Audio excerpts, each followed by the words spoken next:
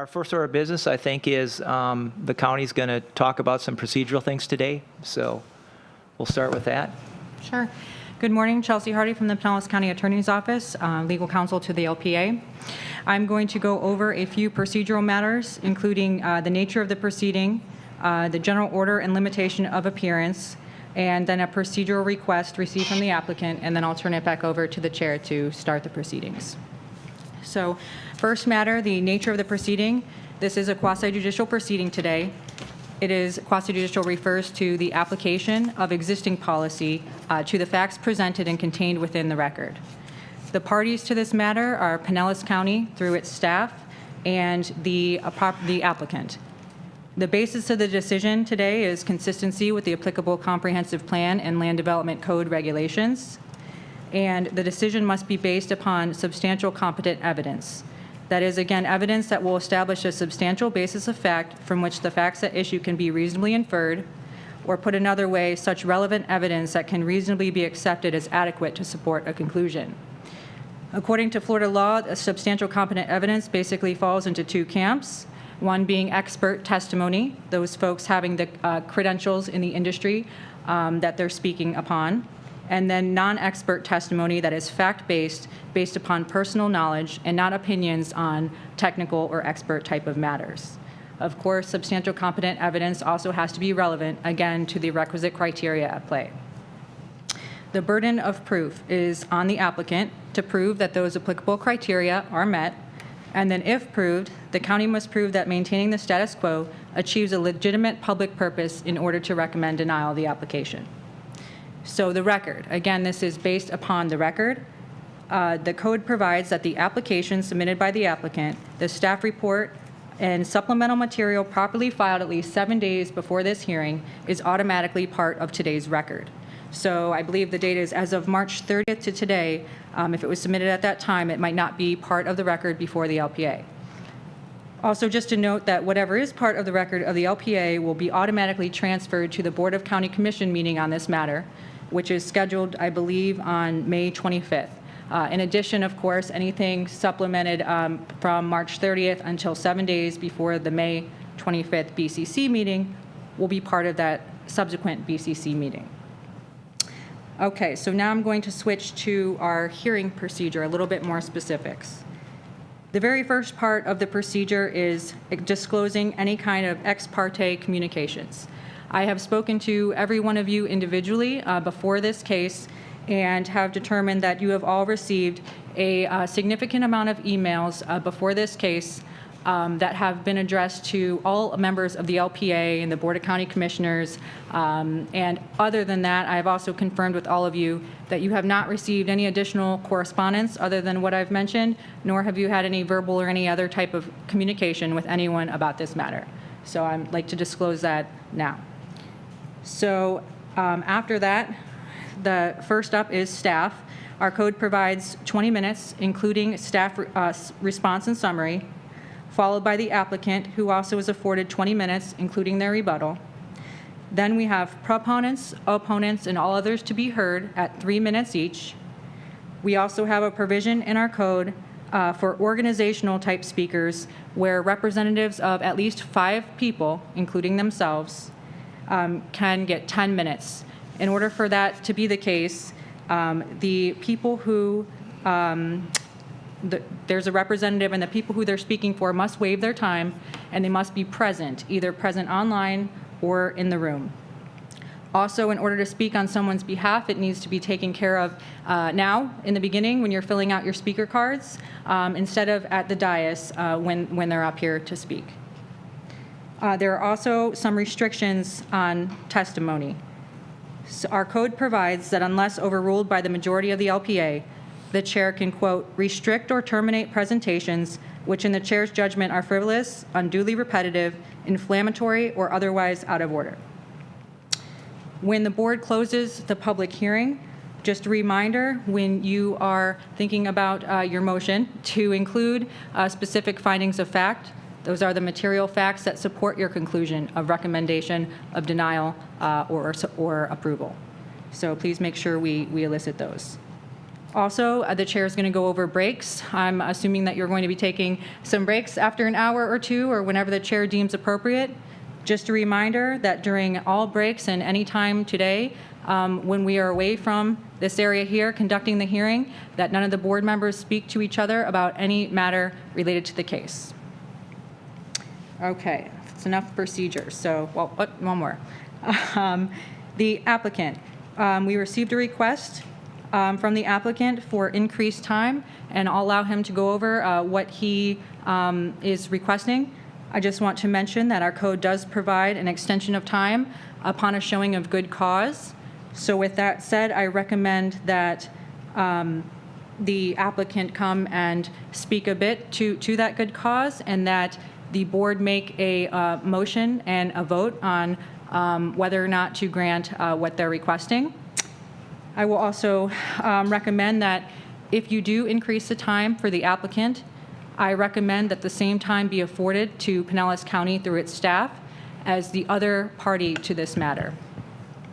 With that said, and anticipating others may request additional time, I recommend that you handle all time matters at the very beginning to better streamline the process. So not only determining whether the parties, again, the county staff and the applicant, are going to be awarded more time, but also address participants as well. Similar to how I'm recommending that the parties be treated equally as far as time, I'd recommend that if you're going to also consider additional time for participants, that you consider equal time for them as well. Also, I will note that the participants already have the ability in the code now, again, to group their time together and get increased time that way by having an organizational speaker. So with that, and then one more note is that the timer will be stopped when the board asks questions of the speakers. So to that end, it's recommended that the board hold questions until the end of the speakers' presentations so that we can easily, keep track of the time instead of starting and stopping. Ms. Johnson shaking her head. Okay, good. And with that, Mr. Chair, I turn it over to you to recommend as the first order of business considering the applicant's time extension request. Okay, let's have the applicant come up and give us their reasons why they need an extension. Good morning. Good morning, Mr. Chairman, ladies and gentlemen. My name is Joel Tu, and I'm land use counsel for the applicant who's the owner of the property. The basis of our request is that, as you probably have noticed from reviewing the application materials and the staff report, it's a fairly significant project, and more importantly, there's several different areas of expert discipline that we think need to be addressed: environmental, stormwater, comprehensive plan, land use. At the DRC committee meeting with staff, we agreed with staff that each would have 45 minutes. It actually took the staff 45 minutes to go through its analysis and presentation. We did the same thing. And the 45 minutes, frankly, still only amounted to about 5 minutes for each of those disciplines, about 5 minutes on each subject. So even at 45 minutes, you're just going to get the highlights and the overview of each subject area. We absolutely concur that if you see fit to give us the 45 minutes, which is clearly in your discretion, that the county staff should have like time. And we obviously also agree that however you wish to handle the public comment, we have no objection to that. We think however this comes out, hopefully with an approval, but either way, people will feel better if they feel like they had ample time to discuss the issues. And I just don't think we can really get the information that you need, if I were sitting in your shoes, to make an informed decision without having this time. I do this with hesitation because I respect that you're volunteers. I know you don't want to be here all day, and I respect and appreciate that. But if you see any way fit, we would greatly appreciate 45 minutes. I promise we have very succinct, we will not waste time, and it'll be boom, boom, boom for each of our consultants to address the different topics. Thank you. Okay, thank you. Okay, so this goes back to the board. We have to decide as a board whether or not. And correct me if I'm wrong here, that the normal procedure is 20 minutes, and then the the proponents, opponents speak, and there's 5 minutes, so it's 25. So we're going to increase that to 45 minutes. So the 45 minutes includes the rebuttal time, correct? Yes. Yes, okay. So I'll put it out the board. We can either keep it, we can grant the applicant the request, or we can leave it the same, or we can compromise. What's the flavor of the board here? How does everybody feel? Okay, we have a motion to extend it. We have a second? Second. Okay. All in favor? Aye. Aye. Okay. So we'll let the applicant and the staff have the total of 45 minutes. Let's then talk about participants. Participants are the public, that kind of thing. Since there is, council has recommended, there's a lot of people here, and there's many repetitive things. We can reduce their time to 2 minutes, or we can leave it at the 3 minutes. So let's make a decision on that now. If they have more than 5 people, they can have the 10 minutes. And Mr. Chair, for clarification, I don't recommend a reduction in time. Okay. Just addressing the time in general, assuming that some folks may be requesting more time. Okay. So you may want to think Okay. about that request. All right, so let me make that clear. Do we want to leave the time the same 3 minutes? Okay, so do we need to make a motion for that, or can we? No, it's 3 minutes currently in your code. What I was recommending is that you may want to address now whether you're going to entertain participants also getting more time, or if you're going to leave it to the 3 minutes provided in the code. Okay, so what's the consensus here? Leave it at 3 minutes? Yeah, okay. So we'll leave the participants at the 3 minutes, okay? And like we also said, that we'll let the applicant and everybody talk, and then we'll ask any questions at the end in order to save time. Okay? All right. With that said, I think our first order of business is we need to approve the minutes from the last meeting. So do I have a motion for approval? Motion to approve March 11, 2021 minutes. Okay, we have a motion approved. Second? Second. Second. All in favor? Aye. Okay, that passes. All right, now we can get on with the first case. So this is ZLU 140919. The county's going to speak first, correct? Thank you, Mr. Chairman. My name is Glenn Bailey. I'm zoning manager, AICP certified professional planner with 19 years experience. First off, I'd like to introduce to the LPA our new Carol Strickland, our new Director of Housing and Community Development. I don't think you've met her yet. And also on hand, we have Blake Lyon, Director of Building and Development Review Services and Code Enforcement. All right. Welcome, good morning. Okay, as mentioned, this is case number ZLU 14919. Trying to advance the slide. Here we go. The request here, we have a subject property is approximately 95.96 acres. The existing use is currently vacant. It's the former site of the Tides Golf Club. Proposed uses, primarily a 273-unit single-family detached subdivision. And this application contains 4 different elements, one being the zoning atlas amendment from residential agriculture to residential plan development, a future land use map amendment from recreation, open space, and preservation to residential low on approximately 89 acres and preservation on approximately 7 acres. This application also includes a development agreement and a development master plan, and we'll get to those in a few moments. First, the development agreement. It has 4 components, 4 primary group components, one being property use limitations. Again, a maximum of 273 detached single-family homes and supporting residential uses. Stormwater retention, detention, treatment, environmental mitigation and/or floodplain compensation areas, and a linear greenway trail system. It also includes commitment to public benefit improvements, which includes stormwater treatment for surrounding off-site areas, on-site habitat enhancement, publicly accessible linear park buffer areas along the project's perimeter. Also includes pedestrian traffic mitigation improvements, sidewalks and crosswalk along 66th Avenue North and 116th Street North, and vehicle traffic improvements to 113th Street North, potential turn lane extensions and median modifications. In addition, the development agreement promises archaeological testing prior to ground disturbance, and also for emergency management purposes, disclosure to home buyers of flood and storm evacuation information, and a $250 donation per home to hurricane shelter mitigation.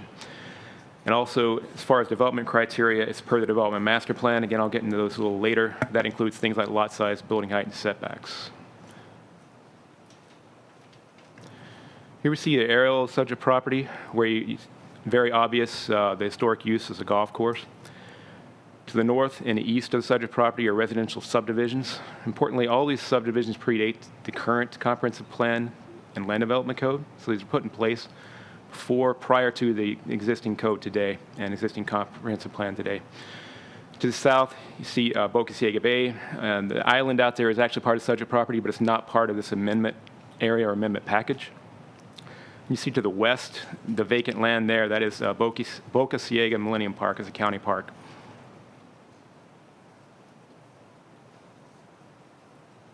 Here we have future land use existing and proposed. On the left side is the existing future land use. You see the light green is a recreation open space. You see that also extending over into the adjacent park.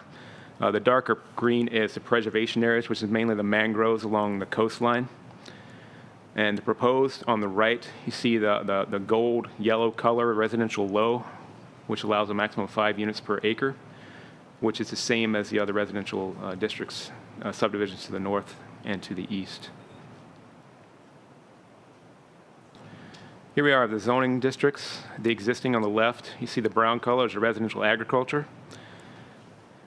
And on the right, and the pinkish color is the residential plan development. As you see, there is no other residential plan development zoning in the general vicinity. The other residential districts are R3 and R2, which are your traditional single-family residential zoning districts. And you see the AL, the greenish color, the turquoise color is aquatic lands. It just signifies submerged lands and the mangrove tidal areas of the property, which are not changing. We see an oblique aerial of the property from the north. Again, you can see starkly the difference between the subject property and the surrounding neighborhoods. You see Boca Ciega Millennium Park to the right, and to the south, you see Boca Ciega Bay and the barrier islands further on in the picture there. This gives you an idea of the location. Park Boulevard is about a 3/4 mile to the north of the subject property.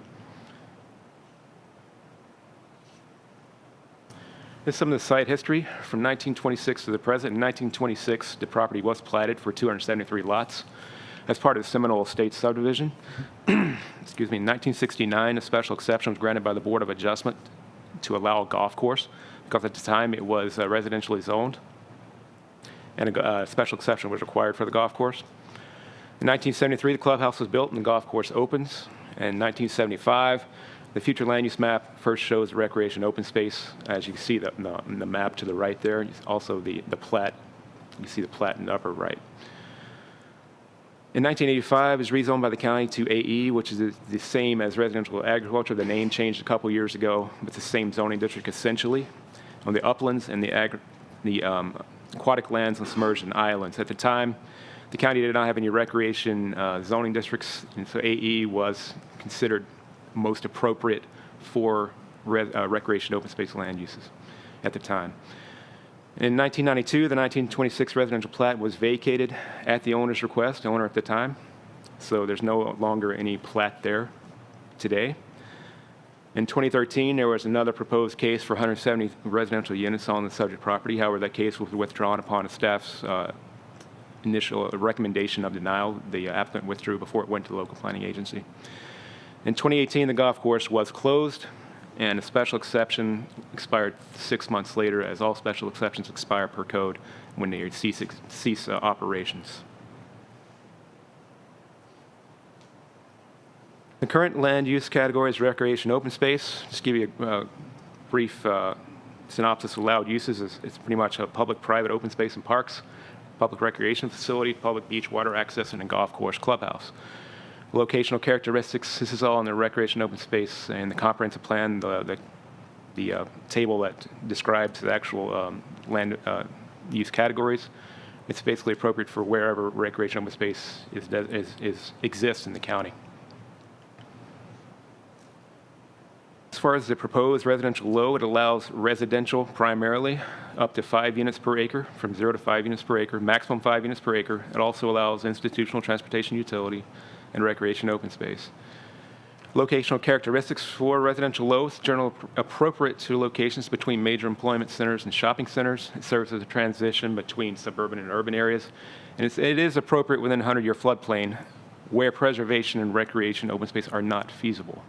And that is language in the category description and rules component of the comprehensive plan. Current zoning is RA, again, residential agriculture. It provides for large residential lots. There's a 2-acre minimum lot size. It is our most rural, so to speak, zoning district in the county. The intent is to retain and preserve much of the natural character of the area. It allows single-family detached residential and accessory agricultural uses, so you could have horses or whatnot. Proposed zoning, the RPD zoning district allows a variety of housing options, residential building forms. It encourages imaginative and flexible site design, including the provision of adequate open space.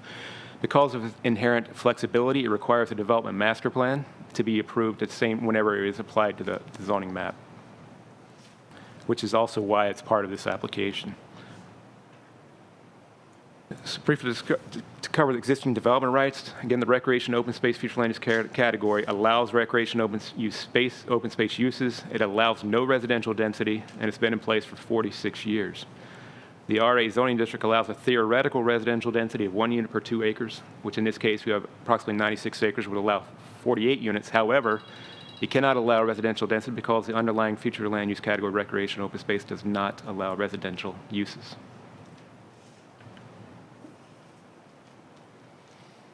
Again, the development master plan is required for RPD zoning districts. It establishes the permitted uses and the development standards. In this case, again, the 273 single-family detached residential units, a maximum building height of 35 feet above base flood elevation. Proposed setbacks are very similar to traditional zoning districts and establishes 4 different minimum lot sizes based on hurricane evacuation zones. The more vulnerable the zone, the evacuation zone, the larger the minimum lot size. An overall lot layout is not depicted in the development master plan, so it's unknown at this time how many of various size lots there would be. Here we have a depiction of the development master plan. You see that the primary entrance on the north side is where the historic entrance to the golf course was, and it goes into the property. You have like a figure 8 internal road configuration. The white areas there where the residential uses are proposed to be.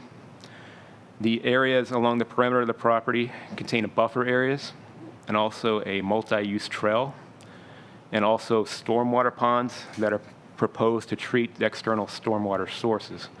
And the 2 large stormwater ponds in the center of the property are proposed to treat the internal stormwater generated by the site itself. You see the area around the mangrove, the coastline there is also in preservation and buffer areas. And you'll see on the right side, you have the secondary entrance there on Irving Street.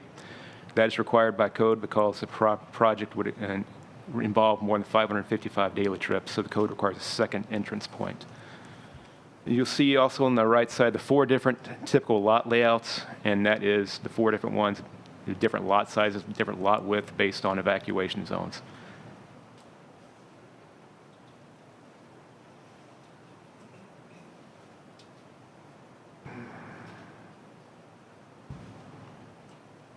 Trying to advance the slide.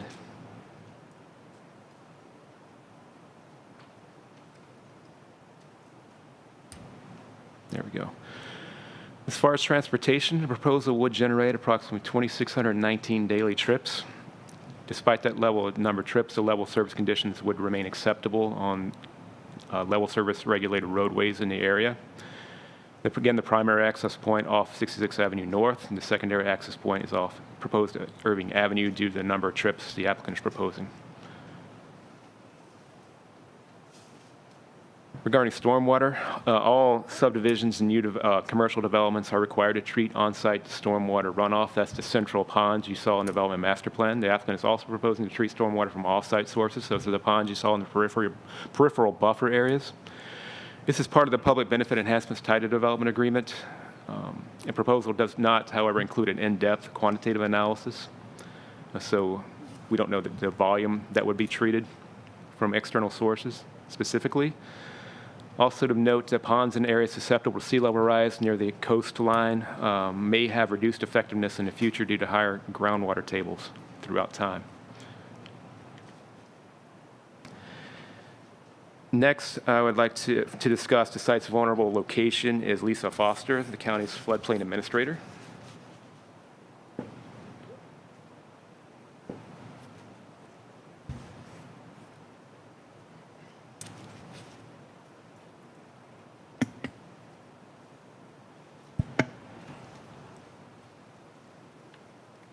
Good morning, Board.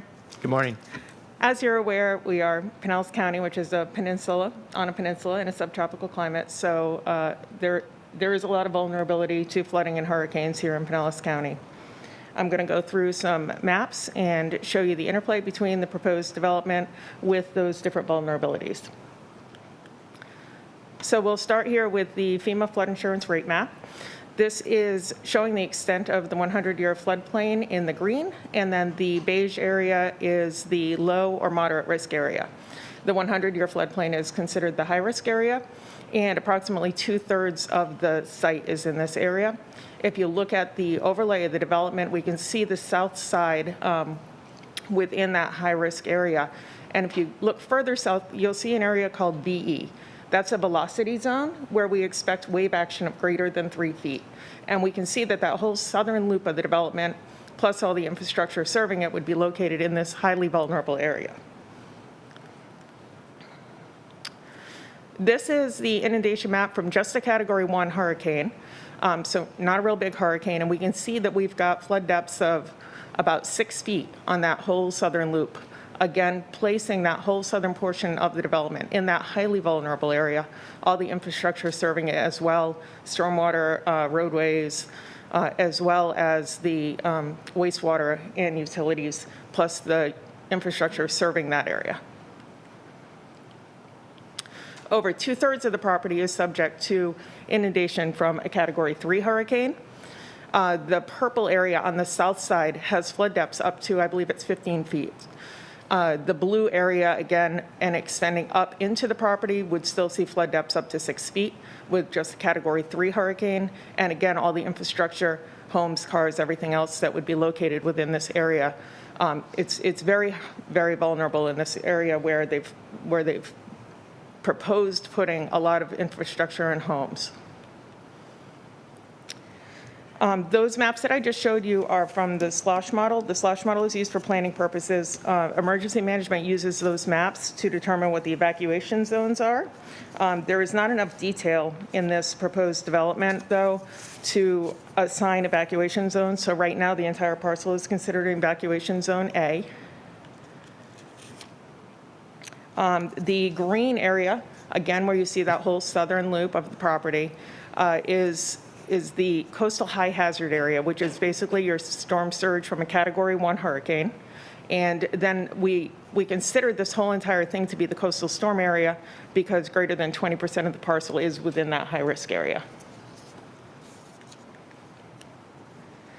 This is the sea level rise projections, a couple different scenarios for it. So a lot of the stormwater ponds are located in the southern area where this would look like a high tide, like your current high tide today. We see flooding from heavy rainfall, we see flooding from storm surge, and now, more recently, we see blue sky flooding from these astronomical tides. So when we look to the future with the rise in the sea level, we'll see greater inundation more frequently. And this is like blue sky flooding. There's no storm surge, no rainfall on this map. And these are different projections for the sea level rise. If you consider the infrastructure in this area that would be regularly inundated, it would cause harm to that infrastructure, as well as, the properties and, checking the tides before you go grocery shopping, et cetera. So just this overlay of where the proposed development is greatly in an area that is highly susceptible to flooding from various sources.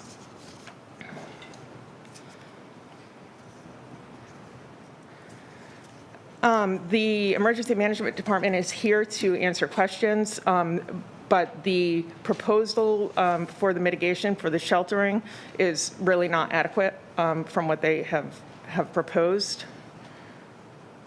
Again, I just want to emphasize that this is This is a vulnerable site. Much of the site is vulnerable, of course, with sea level rise and putting wave action on top of that. That high-risk area is going to extend a little bit further inland as well as time progresses. We have a new study that shows this, and I just would ask you to consider the risk of the area that is being proposed in this highly vulnerable area, and the fact that the shelter mitigation is not met as well.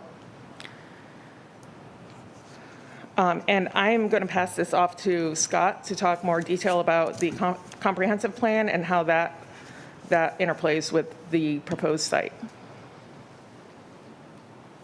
I don't have a wipe, sorry.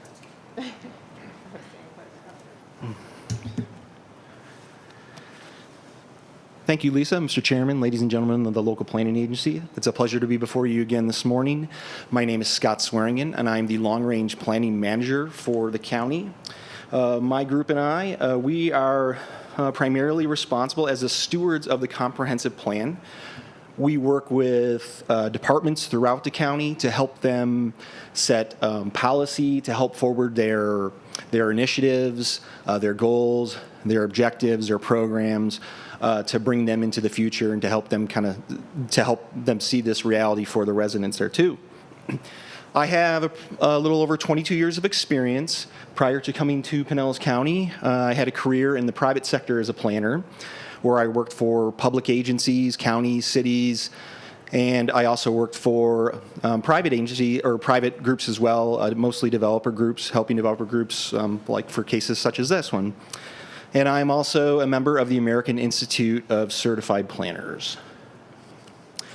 For the sake of those in the room, and I know we have a number of people here and we have a number of people that are participating or listening online as well, I just want to kind of go back and just set the stage again as to the local planning agency's role and how that is determined in this case. State statute is quite clear in your role today, which is to evaluate the application of the proposal for consistency and compliance with the comprehensive plan. And so that's why the comp plan is such a key component and an important component to this proposal today. Our comprehensive plan, it is, as the name implies, it's comprehensive. It's comprehensive in its scope, and it is intended to be comprehensive in its application. It's not intended to be cherry-picked with objectives and policies here and there to be pulled out to support or to make an argument against something. It's really intended for a more holistic approach to review. We have over a dozen elements in our comprehensive plan, as you know, loaded with the various goals, objectives, and policies that the county has worked on and adopted and that have been blessed by the state of Florida. And we try to balance priorities and competing interests when we do our own evaluations of these proposals. And luckily for us, so Lisa had shown a number of compelling maps that show some of the environmental issues and features overlaid with the master development plan. And we could see that it looks like there are some concerns that I think are worth mentioning and worth noting. And the comprehensive plan luckily includes goals, objectives, and policies that provide direction for those potential environmental issues. So we were able to do a fairly thorough and comprehensive review, and again, while balancing the priorities and the competing interests in development.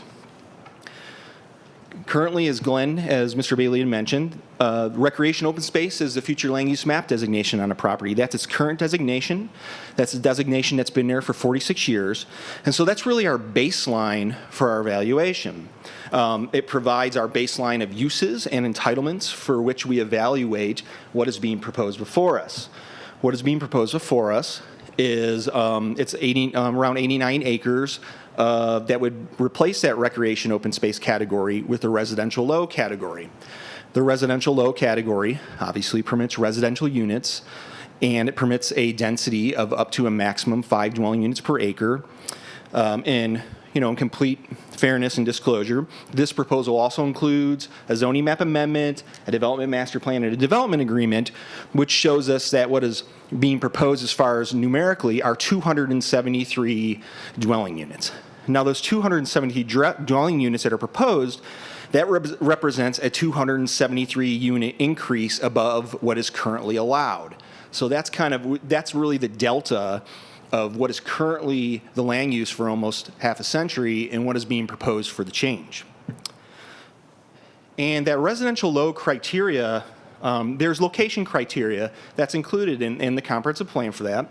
It's described in the plan, and it's described as being appropriate in areas of 100-year floodplain. However, it's furthermore described as only when preservation or recreation open space uses are not feasible.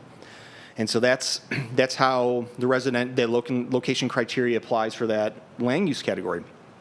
Now, the development master plan, as we saw, it depicts dwelling units, streets, utility improvements across pretty much the entirety of the property.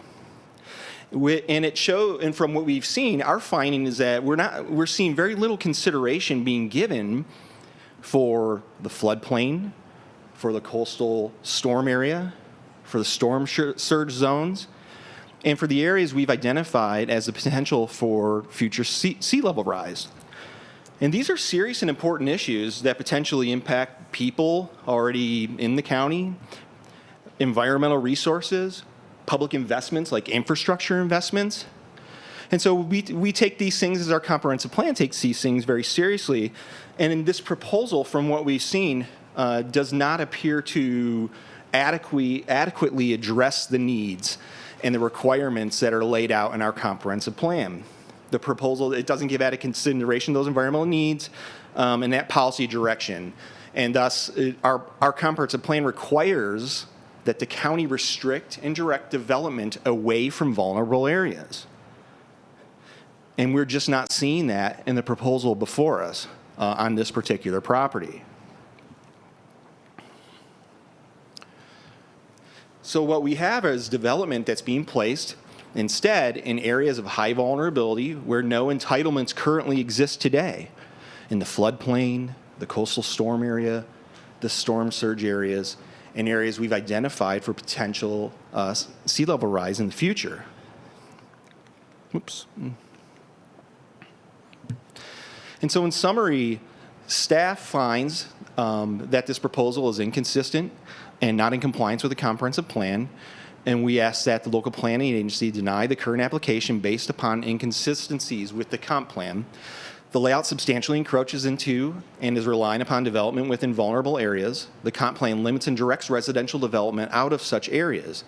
It is difficult for us to support the introduction of population density into a vulnerable coastal area where residential development has not been allowed under the ROS designation for 46 years. Oops. I apologize. The retention of open space in the vulnerable area is important as it provides intrinsic value for environmental and storm mitigation purposes in a near built-out county where such resources are already scarce. The RPD zoning district requires that it is master planned in a context-sensitive way that preserves unique natural features. Therefore, the development master plan should set aside the vulnerable areas of the site for preservation open spaces. There are aspects of the development master plan that provide public benefit. But overall, much of the property and much of the environmental issues and vulnerable areas do not appear to be being adequately considered in that development master plan as required or as encouraged. The development proposal does not provide an outcome or benefit that exceeds the value and purpose of the existing ROS designation at this location, particularly in those areas within the 100-year floodplain and within the most vulnerable storm zones. The benefits of the proposed external stormwater treatment do not outweigh the overall impacts of the proposed development because it comes at the expense of not setting aside the most vulnerable areas of the property for preservation open space and places residential development in those areas instead. The retention of open space and, nope. I apologize, I'm going backwards, not forward. So in conclusion, our staff recommendation, the current application, which includes the requested future land use map and zoning atlas amendments, the development agreement, and the development master plan, is inappropriate. It is on balance and inconsistent with the Pinellas County Comprehensive Plan. Therefore, staff recommends denial. As Ms. Hardy suggests or mentioned, the Board of County Commissioners meeting is scheduled for May 25th, 2021. That includes our presentation. We have various subject matter experts on hand to address any questions should you have them. I thank you for your time.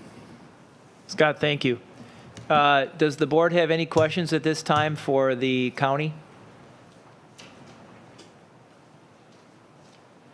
None? Okay. Thank you very much. That will allow the applicant to come up and speak. And Mr. Chair, as the applicant comes up and speaks, just as a matter of housekeeping, I'm just going to swear them in. So Okay. I'll let you set down your papers first. And sir, if you could just raise your right hand. Do you swear to tell the truth, the whole truth, and nothing but the truth? If so, signify by saying I do. I do. Thank you. Thank you. And are we loaded to our PowerPoint? Yes, thank you.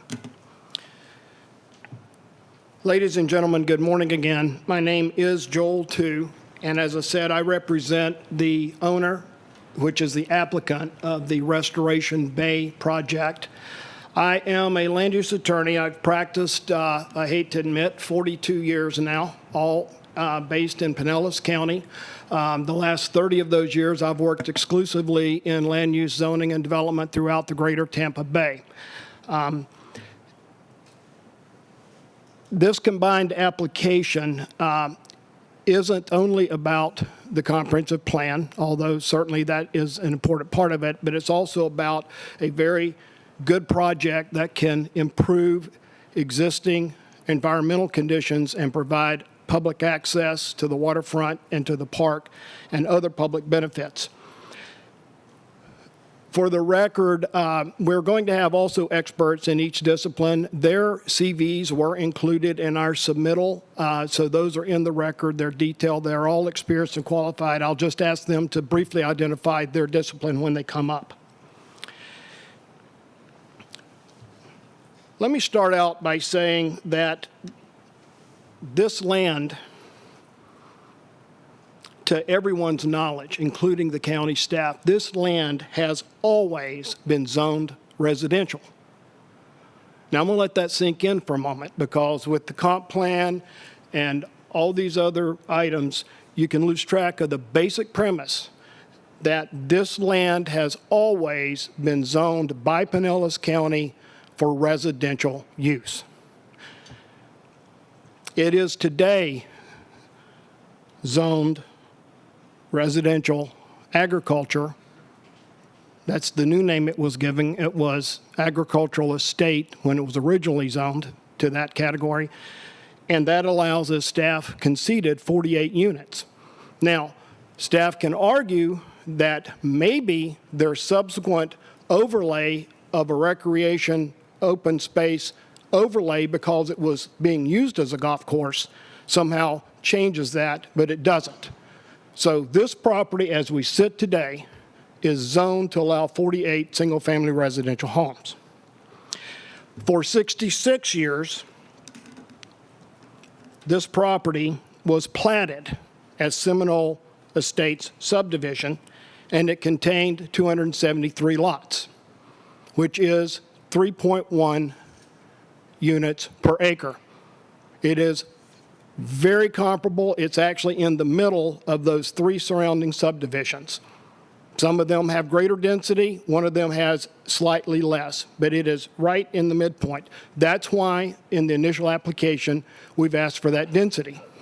Now, I'm going to say right up front, we've asked the county to tell us if the problem is the density, and they won't respond. Okay?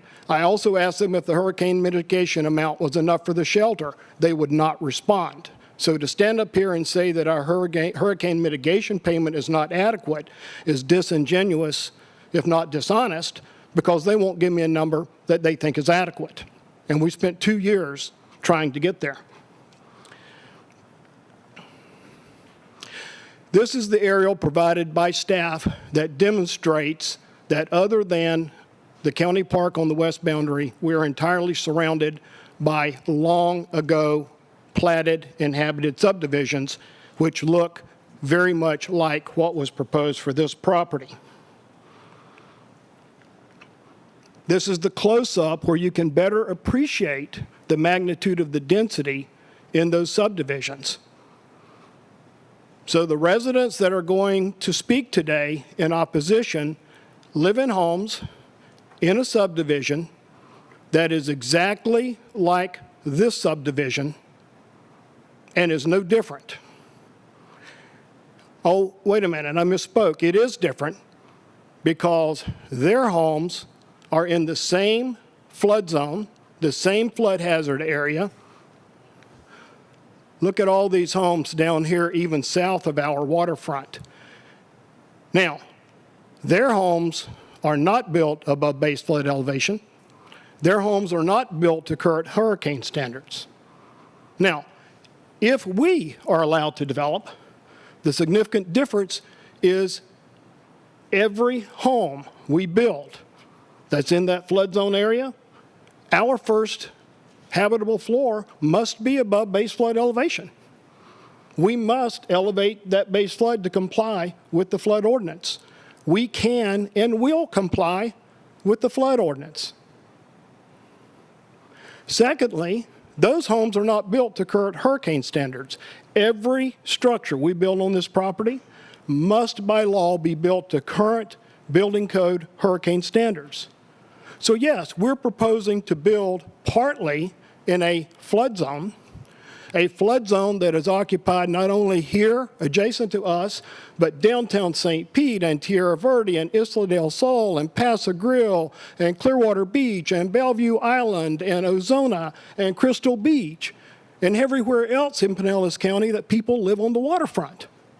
And we all understand you do have the right to enjoy Pinellas County waterfront. That's what makes Pinellas County unique, by and large.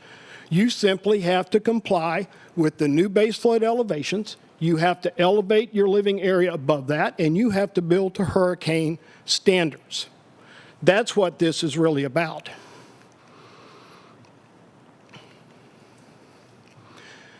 To demonstrate that we're not asking for something out of the blue, this is that original 1926 plat.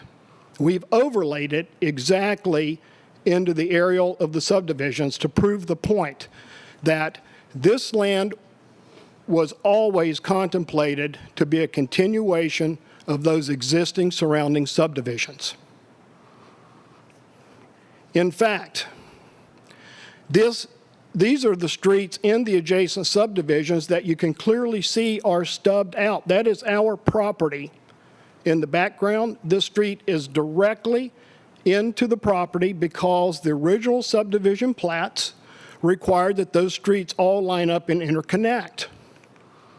Here's another one, even more graphic.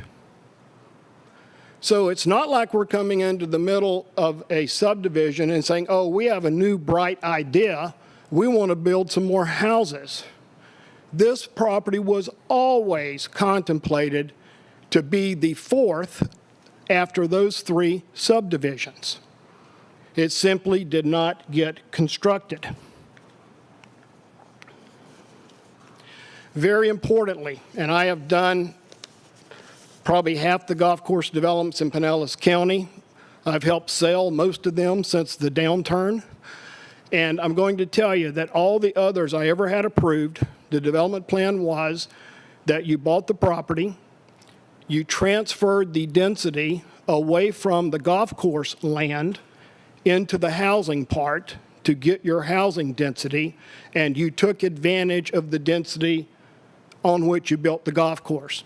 That's the model throughout Pinellas County. That's why a lot of these golf course conversion cases that you're going to hear, they're all different. That's why this one is not an adverse precedent, because the staff agrees, it's in the staff report, and it's a legal fact.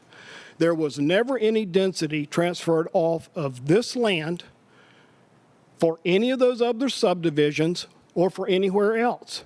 The residential density that was contemplated for this land has never been used anywhere in Pinellas County, and it's still there. Let's talk about the comprehensive plan. Staff wrote a 30 or 40-page report talking about host of very general, vague policies from which they reach a subjective conclusion that somehow in the aggregate, viewed, as you heard today, as a holistic document, this holistic document somehow speaks to prohibiting residential development on a property that was platted for residential use almost 100 years ago, remained that way for 66 years, and still today has its residential zoning on it. And yet somehow holistically, this comprehensive plan says, oh, but you can't develop that residential land. Let's look exactly at what the code says. I'm going to be a lot more specific than their holistic view because the answer is specifically in the comp plan. Policy 4.3.1 in the future land use element says that to determine the appropriate density in the coastal planning area, which is where we are, you have to look with objective 1.3 of the coastal management element and the supporting policies. Now, before we leave 4.3.1, look at what it says in the first line. It says in order to, and I underlined it, in order to limit. It doesn't say prohibit. It doesn't say disallow. It says to limit. And it says that in the third line, it actually contemplates that you may have development intensity within the coastal planning area. It simply has to be consistent with objective 1.3 and the supporting policies. So what does that take us to? Let's go to that objective 1.3. And again, look at what it says. It says generally that the county shall restrict, again, not prohibit. It shall restrict development in the coastal storm area and shall direct population concentrations. It doesn't say all populations, it says concentrations of populations outside the storm area. Now, that line up above where it says you have to look to objective 1.3 and the supporting policies, here are the supporting policies under objective 1.3. 1.3.5, policy 1.3.5 is the elephant in the room. You didn't hear staff address it today because they don't have an answer for it. They wrote a 40-page report in which they didn't have an answer for it. They gave it one sentence in a 40-page report and said, oh yeah, it's there, but that really isn't important or that really doesn't solve this. Well, I submit it does. Look exactly what 1.3.5 says, that the county shall not approve any request to approve the future land use map within the coastal storm area that permits more than 5 dwelling units per acre. Well, hello. There's the implementation of your policy statement. They just told you what, going back up to the first policy, 4.3.1, they just told you what limit means. They just told you how much development intensity was appropriate, and they told you what the rule was. And it makes sense. In the coastal area, we should not be having more high-rise condos. We shouldn't be having multifamily density. But what they're saying is as long as you keep it to single family and you're less than 5 units per acre, that is a reasonable limitation. Now, the county certainly knew. This is not my document. It's not my client's document. This is the county's Bible. If their goal and their intent was to restrict development, as the staff is arguing now, policy 1.3.5 would have been written by these county attorneys who are very smart to very clearly say that they shall not approve a request for any residential density in the coastal storm area. And we all know that's the truth. If that was the answer, they would have written the answer. They didn't. We're not asking for 5 units an acre. We're only asking for 3. If you, for legitimate reasons, believe 3 is a little too much, tell me what you think is reasonable. I've asked the staff that question. I can't get it out of them because they have a directive to recommend denial, to ignore policy 1.3.5, and try to convince you that this is an evil proposal. And then lastly, look at 1.3.11 to get to my point about the hurricane mitigation shelter payment that I just heard was not adequate. Look at their own policy. It says mitigation is required for coastal storm area residential development, that it can't exceed the amount required for the developer to accommodate the impacts that the developer is causing. In other words, they can't make us pay for all of the county's hurricane mitigation, but they can charge us for what is a reasonable amount for the additional impact we're going to have. We want to do that. We've offered to do that. I put it in the development agreement. But look what it says. The last part of their own policy says, and shall require Pinellas County and the developer to enter into a binding agreement to memorialize the mitigation plan. Now, I have 2 points about that. If residential development is not allowed in the coastal storm area, as they're arguing to you, then why do you have to, how can you enter into a mitigation plan to mitigate for your residential development that they say you can't do? So clearly, policy 1.3.11 assumes that there's some level of residential development in the coastal storm area that you're allowed to do. You just then have to make your fair contribution to the hurricane shelter requirement, and if they will give me this number that's adequate, we'll put it in the development agreement. Their own policy requires them to give me that number, but they've declined to do that. The recreation open space item. They maintain that even though I have residential zoning, or I may be entitled to more residential density, that somehow the recreation open space element prohibits development of this privately owned property. Again, rather than speaking holistically and in euphemisms, let's look at their actual rule.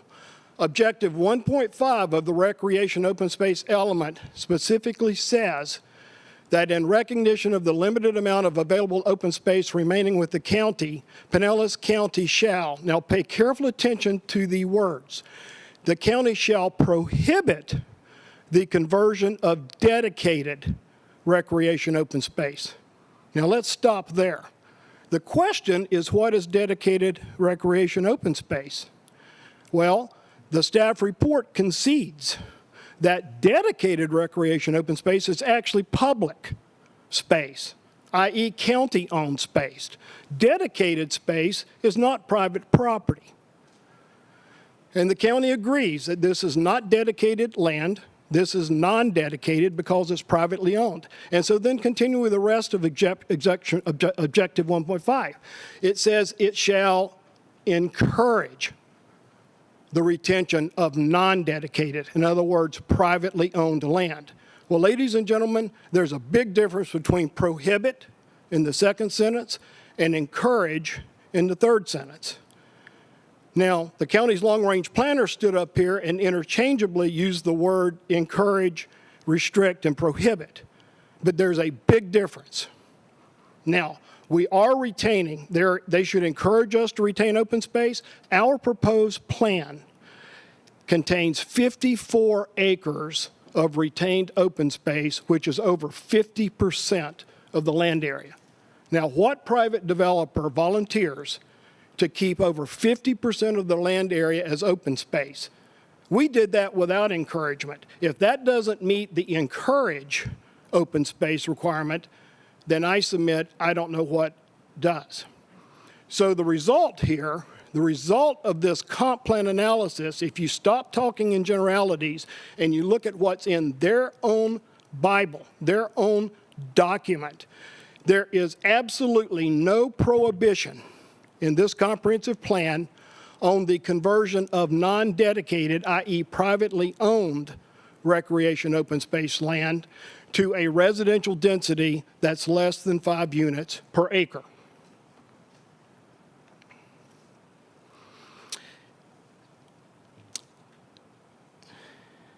I'm going to turn it over now to the rest of our team. That's our comprehensive plan analysis, which I do believe is the heart of the case. Their only argument in a 40-page report, their only conclusion to support their denial recommendation is we're not consistent with the comp plan. I believe those slides and my presentation demonstrate that not only are we consistent, how can you not be consistent with a comp plan that says you can do up to 5 units an acre if you're only doing 3 units an acre? How, pray tell, can that not be consistent unless you just refuse to read that provision for some ulterior political purpose? Now, I'm going to turn it over to our team to present the substance of the plan. Thank you.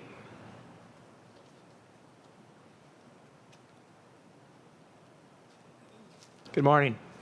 Good morning. Good morning. How's everybody doing? My name is Clark Lomiller. I work with Eisenhower Property Group, 111 South Armenia Boulevard, Suite 201, Tampa, Florida 33609. I'm a registered landscape architect and planner for over 16 years now. Joel, do you have the clicker? Sorry. I ran away. Thank you.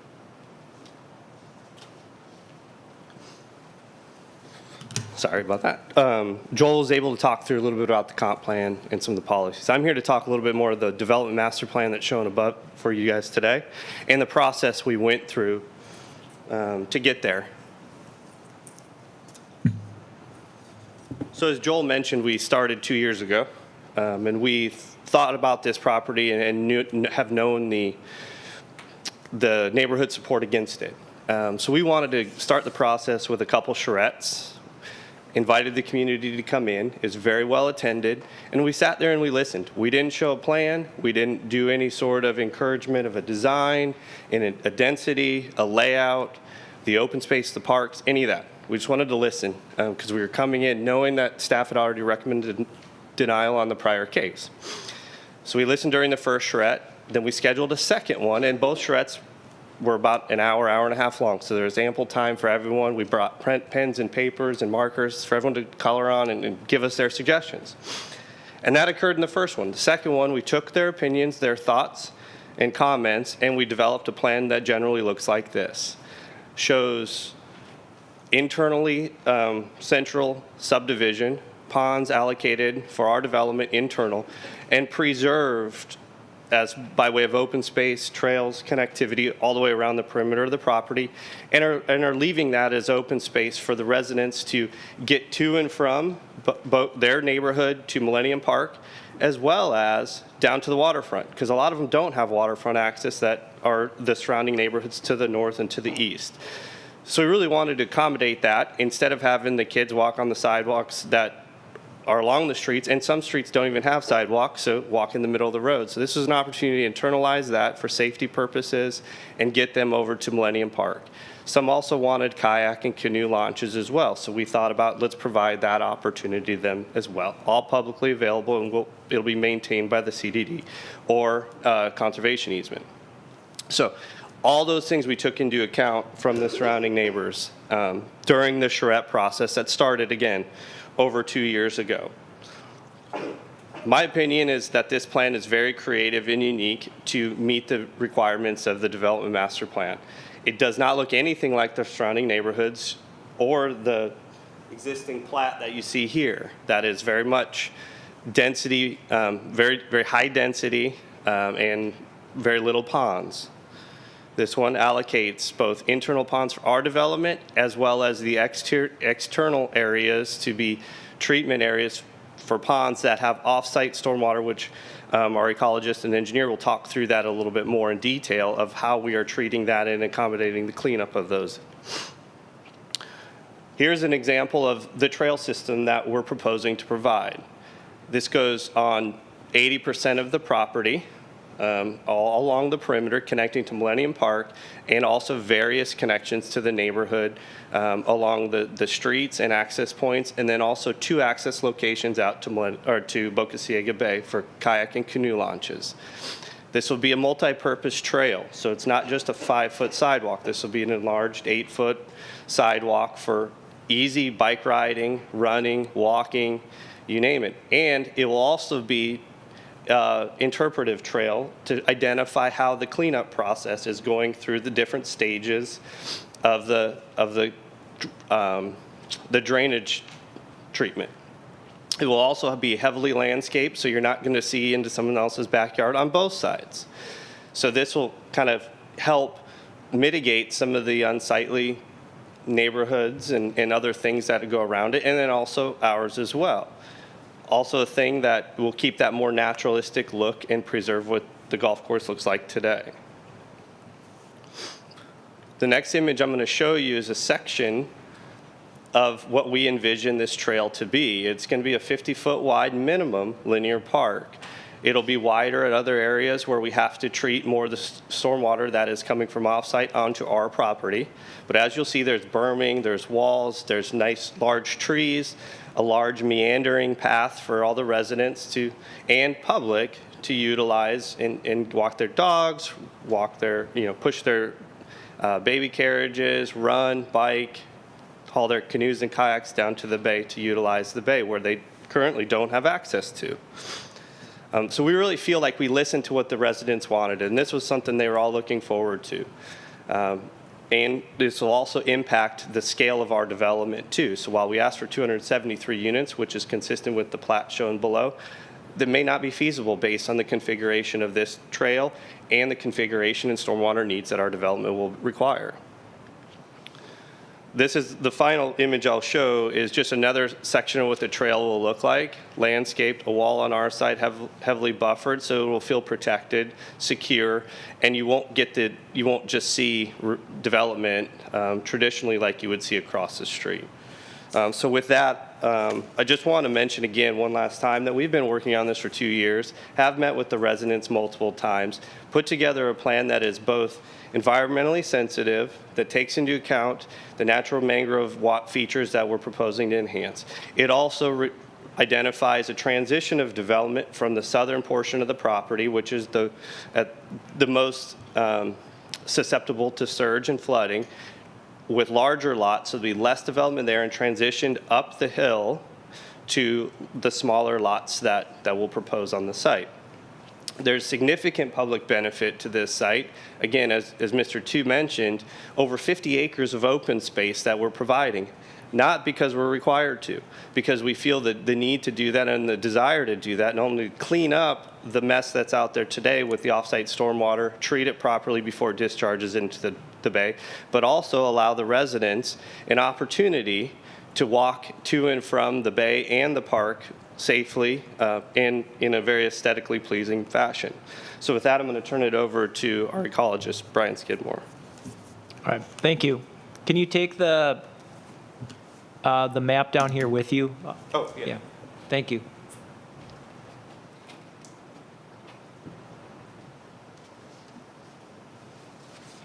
Good morning.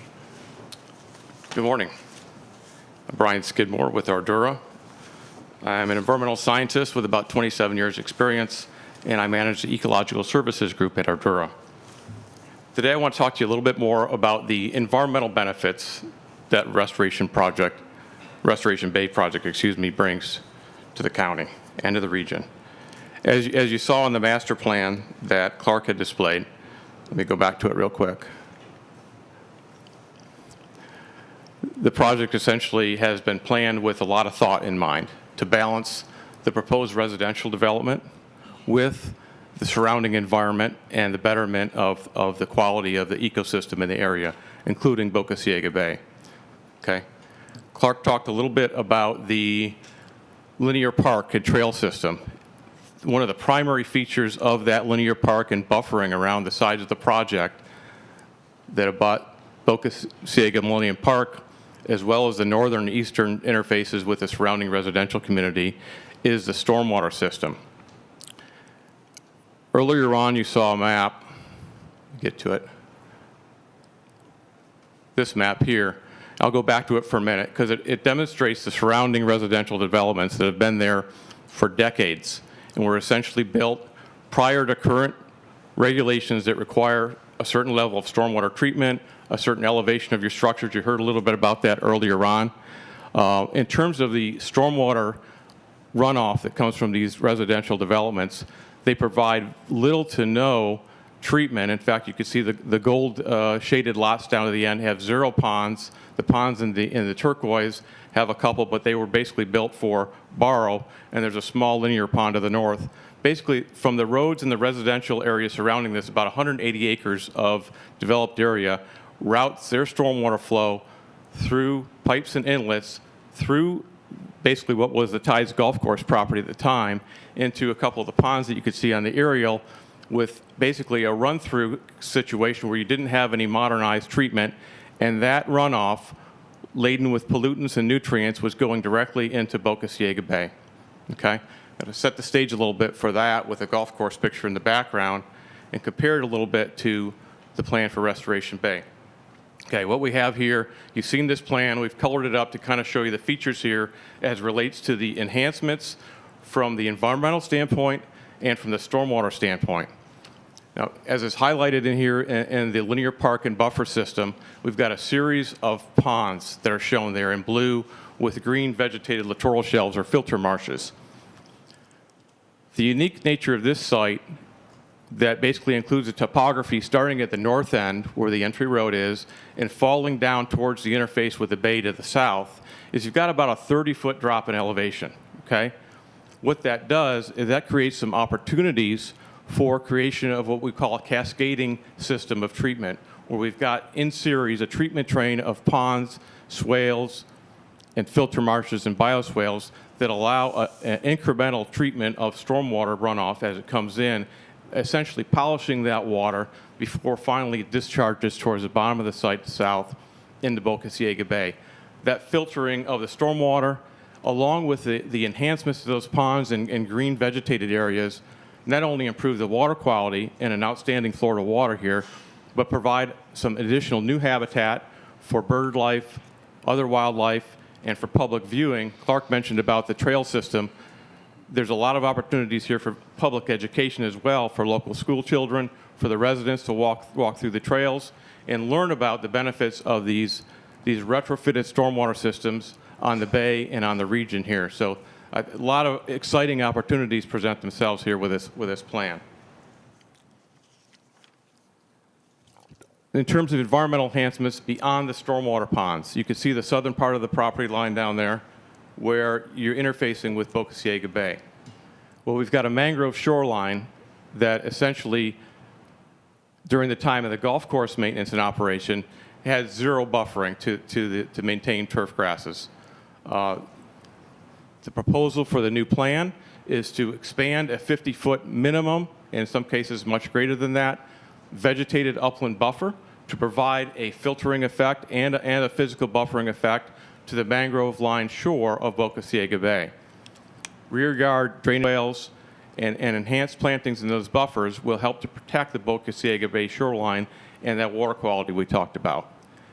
In addition to that, portions of the shoreline, including the transitional edges where the mangroves occur, in some cases are dominated by nuisance and invasive species like Brazilian pepper, Australian pine, and carrotwood. The plan will be to go in and remove the invasive species, supplement with plantings of native species in and amongst the mangroves to improve that habitat. Another part of the plan, and this goes back again to another feature that was built with a golf course, is they had built cart paths in some cases across in through the mangrove basins here. There's little sub-basins that catch the stormwater before you go out into the open water part of the bay. Well, they had built some cart paths straight across these sub-basins for mangroves, and basically it blocked off what would be normal tidal flushing back into the mangrove habitat. So the plan would be to remove that cart path, remove the impediment of the fill, and restore tidal flushing, improve oxygen levels, and bring that habitat back for the native fishes and the wildlife that rely on those, especially nurseries for these small game fishes that rely on these mangrove backwater areas. I want to talk briefly about the golf course in terms of the actual conversion of the land use from the golf course operation. As I said, you have turf grasses extended all the way to the mangrove shoreline here, and you had other things going on in terms of application of chemicals, land application of fertilizers and pesticides, and all those things that a golf course normally does, but magnified over decades and decades of that use. Okay?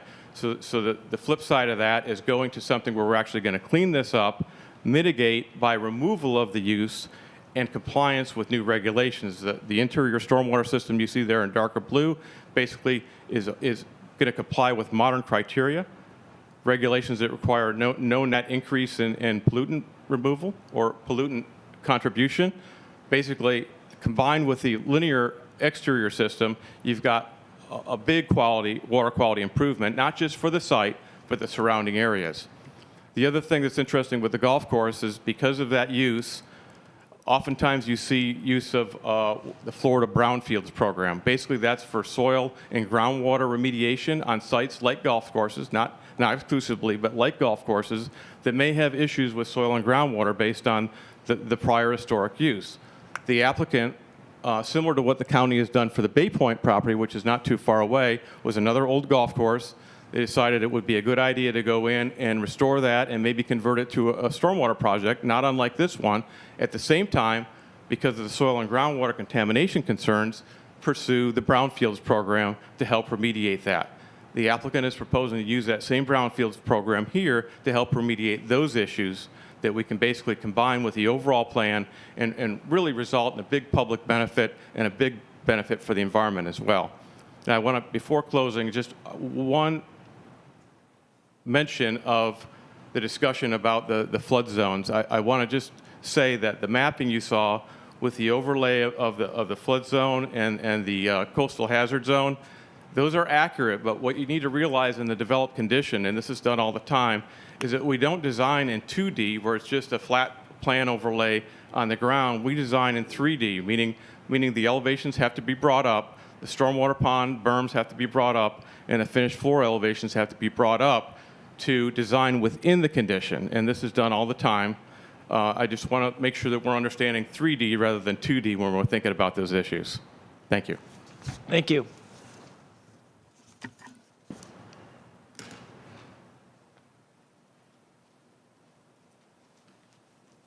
Morning.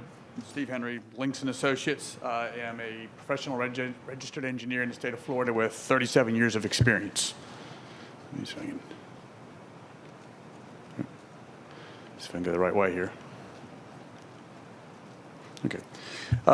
We've conducted the traffic analysis for this project, and as indicated in our analysis and also in your staff report, the roadways within the area of the project are operated at acceptable level of service with the addition of this project. As mitigation for the project, the developer has committed to provide the sidewalk gaps along both 66th Avenue and 113th Street. And you can see on this graphic, we illustrated the locations of those sidewalk gaps that the developer is willing to construct as a part of this project. In addition, what we're proposing to do, if the county would like, is to improve the left turn lanes at both 113th Avenue and 65th Street, or 66th Street. If you read the staff report, it indicates that, or it sounds like that we're creating the issue with those turn lanes. In fact, that northbound left turn lane today does not meet standards with today's traffic. So what we're proposing to do is to bring it up to current county standards with the left turn lane length. It is indicated in the staff report that that would impact on this one 65th Street, 66th Avenue, which it would. But the reality is we've done counts at that median opening, and there's 7 cars using the median opening in the AM and 20 cars in the PM. So the impact is very insignificant, and the people that are accessing that median opening have access to other median openings along 113th. In addition, the developer is also willing to extend the northbound left turn lane at 62nd Avenue. And again, this current left turn lane does not meet the current county standards, so we would be bringing it up to the current county standards. This would also require the closure of the median opening at 61st Street. Again, we did counts out there. There's 18 cars using it in the AM, 19 in the PM. Again, by closing it, it's an insignificant impact in the area, and these Because of the grid system, people have access to the other median openings both north and south of that. So again, we're just providing that option if the county elects to do that. Also, in the staff report, it indicates that this project would have a significant impact on 66th Avenue.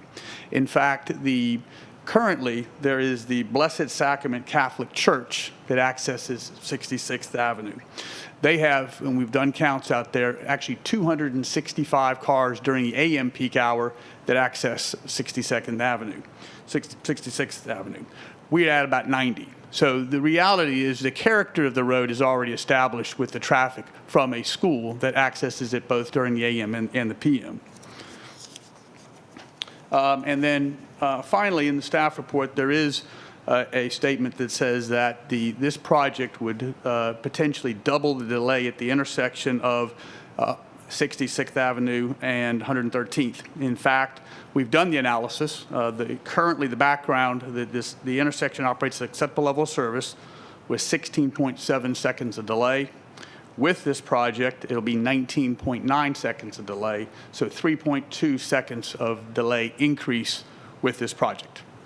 That concludes my presentation, unless you've got any questions. Thank you. So I can get to the right.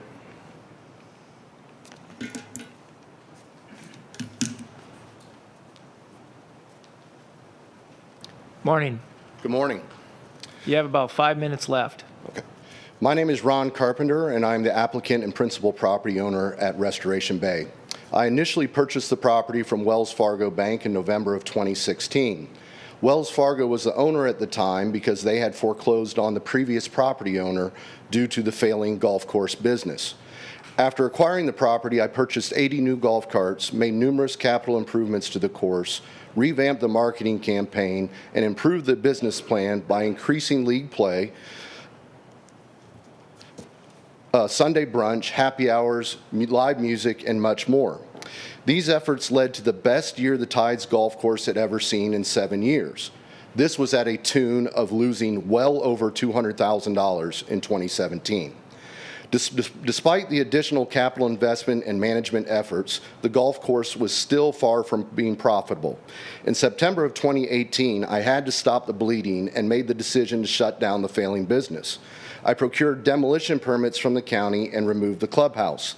In your packet and on your screen, you have the financial reports from Wells Fargo for the ownership period for the financials of the business where I had it opened and when Wells Fargo owned it.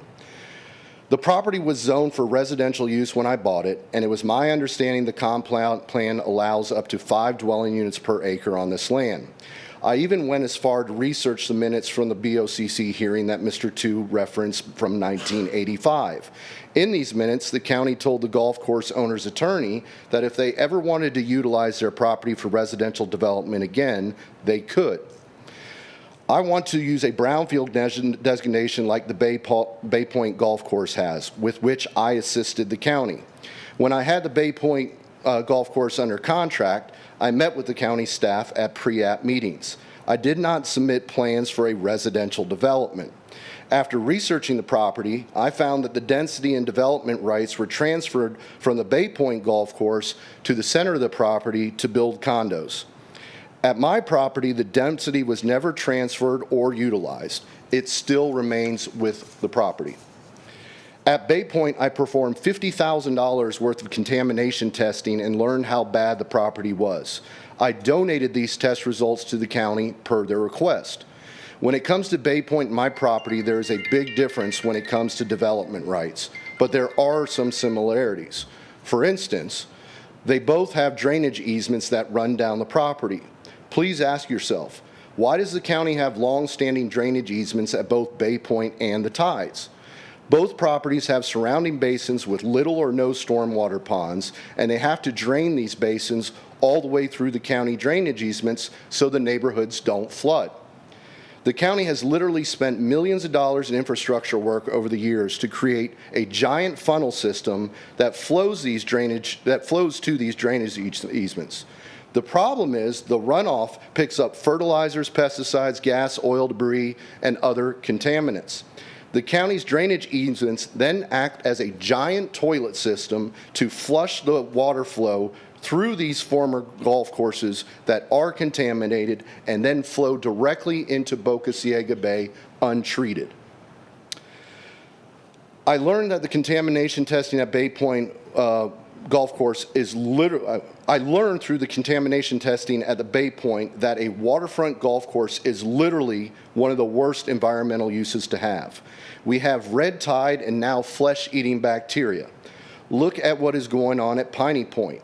Can we please stop dumping fertilizers and nitrates into our waterways? For these reasons, I propose developing a stormwater treatment park at Bay Point, and I commend the county for taking that vision, making it a reality. We have proven here today that I have inherent development rights on my property. Now please help me bring my vision for a glorious waterfront community with all the mentioned public benefits to a reality, and thus becoming the poster child for what an eco-friendly and sustainable waterfront community should look like. Thank you. Thank you. At this moment, let's do this. Let's take a 10-minute recess before we go to questions. Okay?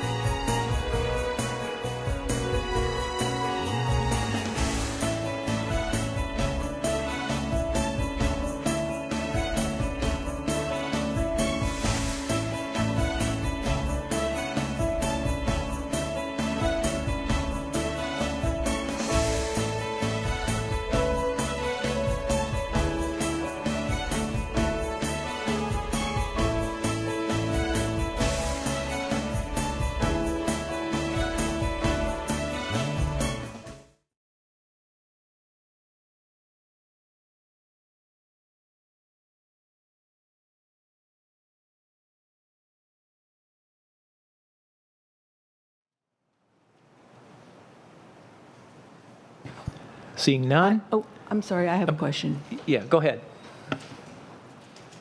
I'm not really sure who to address this to on the applicant committee, but I noticed that there are no lot designations on the plan that you gave us.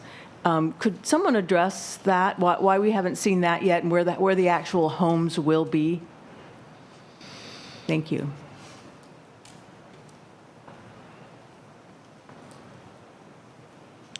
Yes, Ms. Johnson, Joel too, for the applicant.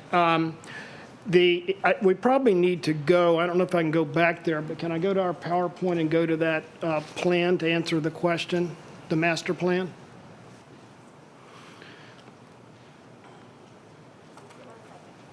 They just need 1 second to pull it up.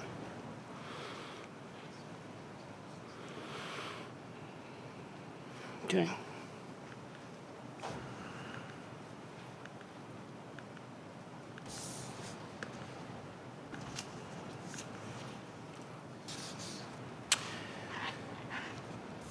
You probably could see it better from the color one, because that shows you where the all the water treatment is. The development area on this plan, this color plan, is the white area along the internal circular street. So all of those white areas are the home site areas. Everything, the large blue ponds, the two in the center are for our on-site drainage. And then this whole system, which Brian Skidmore described around the perimeter, is that filtration system to treat the off-site drainage. So the part that's developable, this is the entrance coming in off 66, which is the existing entrance where the clubhouse was. So it's the same entrance it's always been, right here. That's the entrance, and the clubhouse was in this area. And then the home sites are these white areas on either side of these gray are the internal streets. So literally, it's just an oval, if you will, and those are the home sites on the current plan. Will this be a gated community? It may well be, and that's why this was designed so that these perimeter linear parks are open public parks. That's one reason we did this, is we would have the ability to create an exclusive internal subdivision, but yet still give the public along our perimeter. That's why we're dedicating these linear greenways, and that the surrounding neighborhoods and these residents obviously can go out. They can walk over to Millennium Park, which is here, and there's an entrance there, and they can walk all the way down to the waterfront. So even though we have an exclusive gated community, we're going to provide public access all the way down to what is actually our waterfront. And we agreed that we will, if the county wants us to, once we construct them, we'll dedicate these areas with a appropriate conservation easement or public access easement, whatever the county requires. So we're trying to kill two birds with one stone, ensure public access while still having an exclusive community overlooking Boca Ciega Bay. Thank you very much. You're welcome. Matt, go ahead. Question for Mr. Tu. Yeah. Yes. So, Mr. Tu, you, if I remember correctly, you stated in your presentation that there is density vested on this land from the zoning. Correct. So, in your mind, how does the future land use element of our comprehensive plan interplay with that? That's a good question. It goes to that recreation open space policy, which I put up for you. And in my view, two things. The county, and let me explain this first. It had always been zoned residential, and in fact is still zoned residential.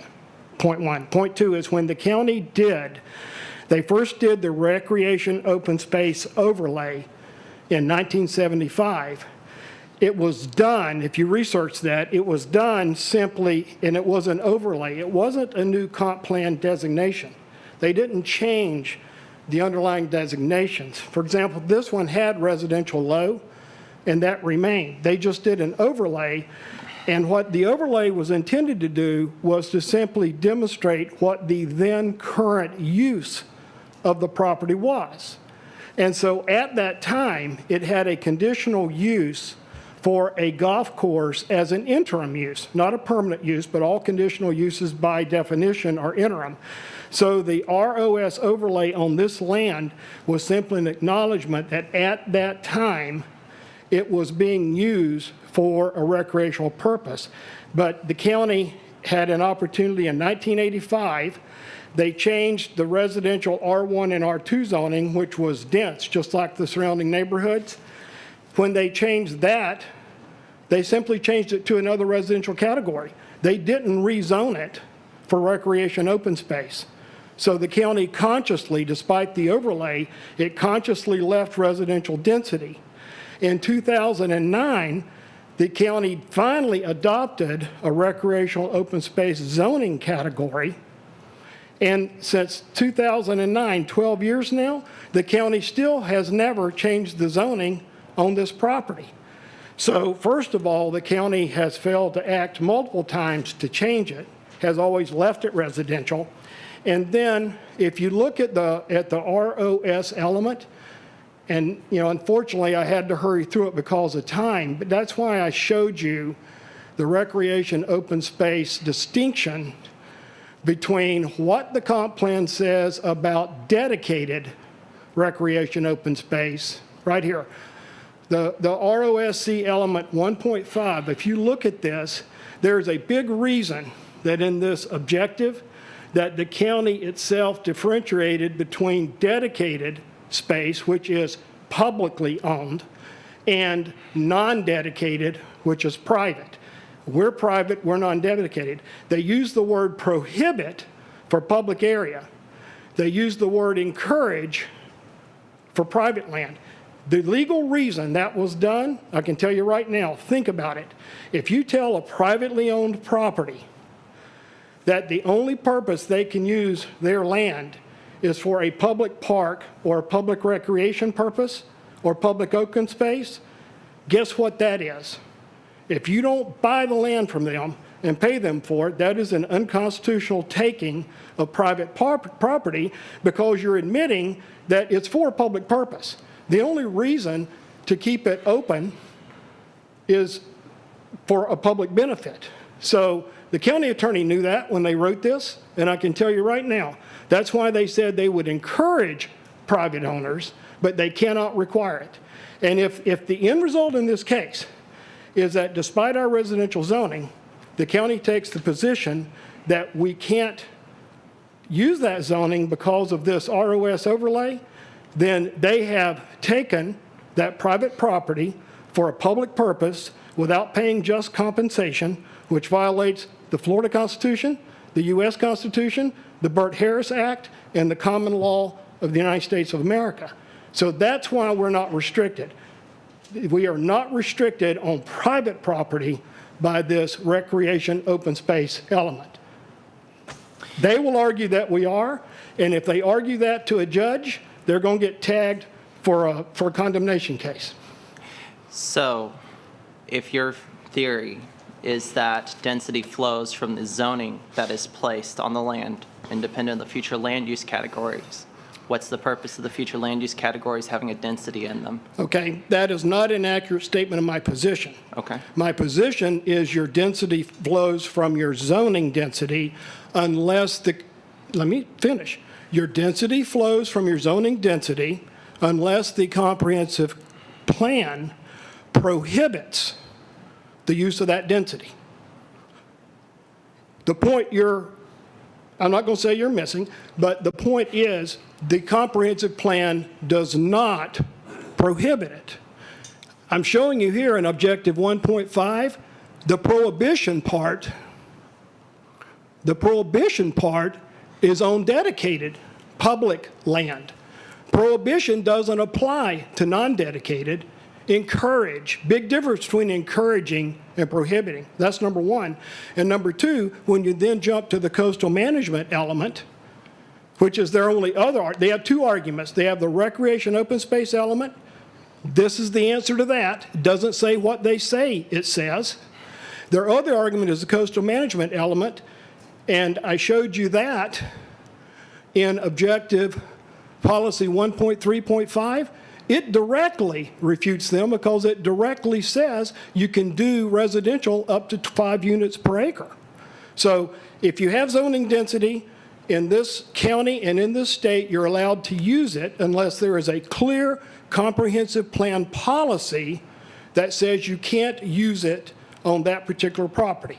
And the two grounds they're giving you, the coastal management element, clearly doesn't support them. It supports us, up to 5 units an acre. And the other one, the recreation open space, the prohibition applies only to dedicated recreation open space. Look at page 24 of the staff report. They concede that non-dedicated means privately owned. They also tell you in the staff report that in their recreation open space level of service calculations countywide, and this is the staff report, they don't use this land. They have never used this property in their calculation of how the county meets its recreation open space element. And the reason they don't count it is this reason. It's privately owned. They can't count it because they can't restrict its use. And that's just, in my view, that's just a clear legal answer to what the comp plan says.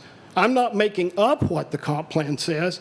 I'm showing you precisely what it says. And that's where the rubber's going to meet the road in this case. Okay, any other questions? Susan? I guess I have a question for Glenn or the county. Is that all right? Or Okay, let's see if there's any more for the applicant first. okay. Any more? All right. Thank you. Yeah. Okay, Susan, you said you had a question, yeah. So I just wanted to be clear. The property as zoned and the way it sits now, could the owners put 48 residential units on that property? No, because recreation open space land use does not allow residential uses. Say that one more time.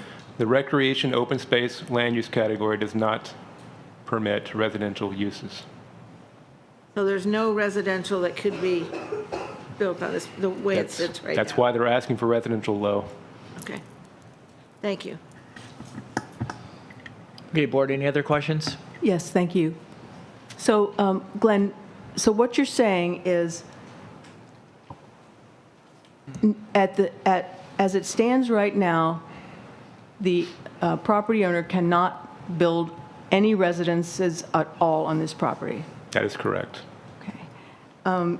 And can you possibly comment on what we've just heard about the differences in the presentation and, you know, what we've seen presented by the applicant as far as dedicated, non-dedicated, and so on? Dedicated means it's publicly owned, like our parks. It prohibits the board from changing that unless the comp plan itself was changed before. Non-dedicated does mean privately owned, and the comprehensive plan encourages the retention of non-dedicated recreation open space designations. It does not prohibit its change. They are allowed to ask for it. Right. But the comp plan does encourage keeping it. Thank you.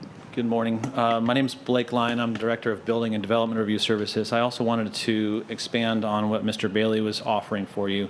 And there are 2 points that I think I'd like to make in response to your question. The first of which, and you heard and you see indicated to some degree on the slides that were presented before you, there was really a discussion about whether the county has taken the position of prohibiting development. And I want to be very specific about that word because that's not a word that has come out of the county staff's position. The county, when we look at, we get a development proposal that's brought before us. And your staff's responsibility is to evaluate that specific and only that development proposal and evaluate that in the context of the comprehensive plan, the zoning, state law, all the applicable rules and regulations. And when we do that, we didn't prohibit development. We simply said when you start to look at the proposal that was brought before you, it places development in an area that is vulnerable, and therefore it encourages relocation outside and development outside of those areas. At no point did we say it prohibits development. So that's a key takeaway from our position. The other thing that I think gets lost a little bit in this is that in 1985, the state, through its Growth Management Act, attributed density to land use. And this speaks to Mr. Bailey's exact point. Ever since that point in time, the future land use map designation is where you derive density, and it speaks to your line of questioning as well. And so we look to that, and it has that recreation open space designation, which does not allow for any form of residential development. So for a project to move forward, they would have to have both be consistent, both the land use and the zoning, at which time we would evaluate that development proposal and make a determination of whether that development proposal is appropriate. Our position with this project, as proposed, is it puts too much development potential in vulnerable areas, and we are recommending against this development proposal. Thank you. Thank you very much. That was very helpful. Okay, any other? Matt? Question for Mr. Bailey. In your presentation, you had you went over a policy that requires a showing of unfeasibility for a variety of uses in order to justify development in the 100-year floodplain. Is that correct? It's not a policy in the comp plan. It is an adopted portion of comp plan's category descriptions and rules of the residential low land use. So it's locational characteristics within the land use category description and rules. So it's not a policy, a numbered policy. It's in the category itself. My apologies for the misstatement. And there was multiple uses listed in that text, correct? Correct. Okay, thank you. Okay, anybody else? All right, with that said, we will, forget who's next. Is it proponents? Yes, Mr. Chair, and I believe Kat will be handling this part of the procedure to give some Okay. instruction. All right. Thank you so much. My name is Catherine Carpenter. I'm a deputy clerk with the Clerk of the Circuit Court and Comptroller's Office. I was asked today to help administer the public comment process for this hearing, and so I hope everybody can just be patient with me as we go forward. We will be calling any proponents first, followed by opponents to the public hearing, followed by other individuals who have registered to speak but not placed a particular position one way or the other. As of this time, I do not have any proponents who have pre-registered to speak on this item. Just for the sake of housekeeping, I'm going to kind of walk through the process for those of you who registered both online as well as in person. I'm going to start with the folks that have registered to speak on behalf of a group. For those that have registered to speak on behalf of a group, they have to be speaking on behalf of 5 or more, including themselves, so them plus 4 individuals. If they have registered, and I can confirm that those individuals have waived their time, they do get 10 minutes to speak.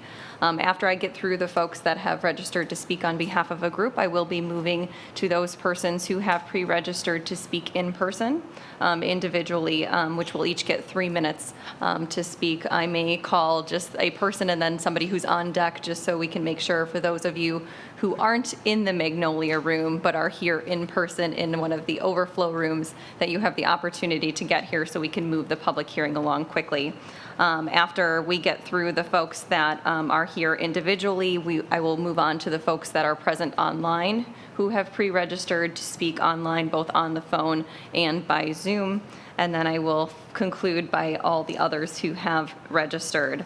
When you do start speaking, please state and spell your name, state your address for the record, and confirm that you have taken the oath. Because this is a public hearing, we do require the oath to be taken. For those of you who did take the oath in person, you probably did get a little yellow slip of paper indicating that you have, in fact, had the oath administered. But just to be sure, for those folks that are both online and in person, we're just going to do a big group swearing in right now, just to make sure that we've got everybody who has taken the oath. So if everybody could please raise their right hand if you do intend to speak today, whether you are online or in person. If you are able, If you raise your right hand, do you swear or affirm that the testimony you are about to give is the truth, the whole truth, and nothing but the truth? If so, signify by saying, I do. I do. Wonderful, thank you. All right, so we're going to move right on to the individuals who have registered on behalf of a group. So I do have 4 individuals who have indicated that they're registering on behalf of the group. I'm going to name those 4 individuals, and then I will individually call each of them up and confirm the folks that have waived their time. So it's going to be Brian Bulves, followed by Susan Finch, followed by Bill Kimpton, and then followed by Richard Gehring. So for Mr. Bulves has indicated that he is speaking on behalf of a group, so the other 4 individuals must waive their time first, and then he will be granted 10 minutes to speak. So the other 4 individuals that I have, it looks like 2 are appearing by Zoom and 2 by phone. So I'm going to lower all the hands in the Zoom application. For those of you who are appearing by Zoom, please do not raise your hand unless I've asked you to raise your hand. That way we can make sure everything's going really smoothly today. So 2 of the individuals who have indicated that they are waiving by Zoom are Tom and Maria Beckwith. If you could please raise your hand in the Zoom application indicating that in fact you are waiving your time. All right, great. And then I have a Christina Roja who indicated that she would be waiving her time. If you press *9 on your phone, Ms. Roja, you can confirm that you are in fact waiving your time to Mr. Bulves. Great. And then I have another waiver. And then the last person who has indicated that they're waiving their time is Bruce Masagno, I'm probably mispronouncing that, who has also indicated that he is waiving this time. If you could press *9 on your phone as well, sir.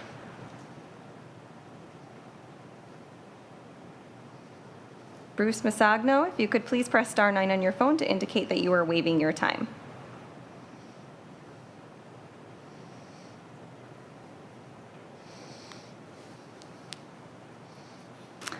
All right, and it does not appear that Bruce is with us, but it's my understanding that there is another individual who had indicated that they would waive their time to you. So I have Angela Mazzo, M-A-Z-Z-O. Ma'am, if you could raise your hand in the Zoom application or press *9 on your telephone to indicate that you are waiving your time. Wonderful. I have all 4 confirmed individuals who have waived their time. You will have 10 minutes, sir. Thank you. My name is Brian Bulvis. My address is 109 North Brush Street, Tampa, Florida, Suite 300. I'm an attorney with the firm of Manson, Bulvis, Donaldson, and Varn. Our firm is an environmental and land use firm.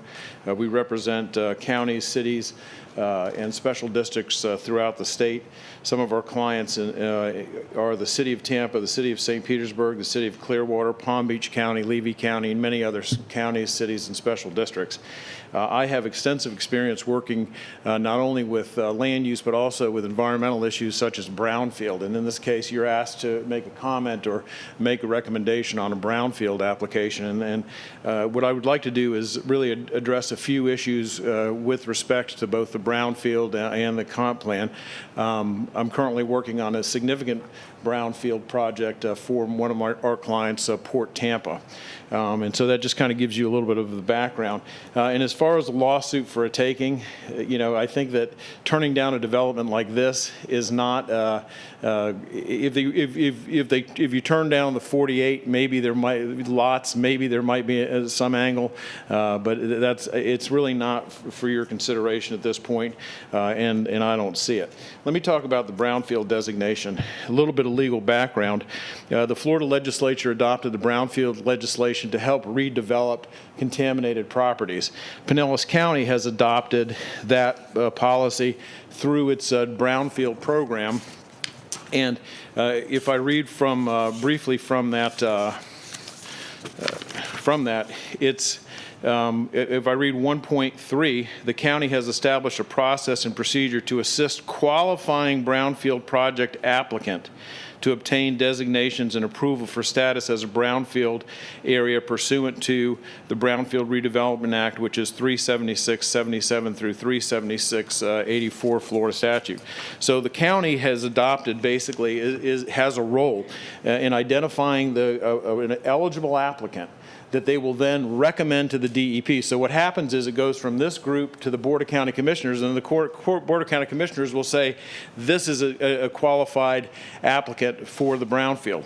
And so that's really the question. So before you, let's talk about this particular project. The Florida statutes say that under 37680, that if a redevelopment is not consistent with the comprehensive land use plan, that it's not a candidate for brownfield application. Section 376.82, and I'll read this verbatim, Section 1. Any person who has not caused or contributed to the contamination of the brownfield site on or after July 1st, 1997 is eligible to participate in the program established in 376.77 to 376.85, subject to the following, and there's a list. So if you haven't caused or contributed to the contamination, then you're eligible. Well, let's go to the next slide. In 2016, this applicant, TTGCLCC, that's the Tides Golf Course LLC, bought this property, and the testimony of Mr. Carpenter is that they operated as a golf course. This applicant operated as a golf course. And the record shows everything that's come in has said golf courses are contaminated. That's why it qualifies.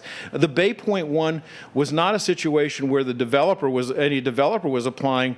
The developer who operated the golf course wasn't applying for a brownfield designation. The county did as part of its park and stormwater project.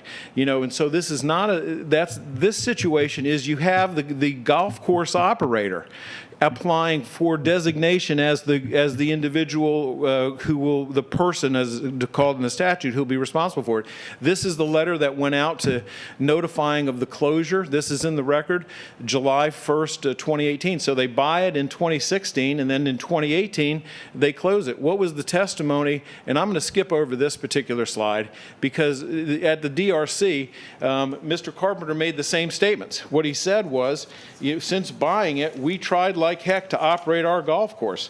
We bought golf carts. We made numerous capital improvements. We made significant changes we attempted with happy hours, and I'm looking for my list of items that he testified to.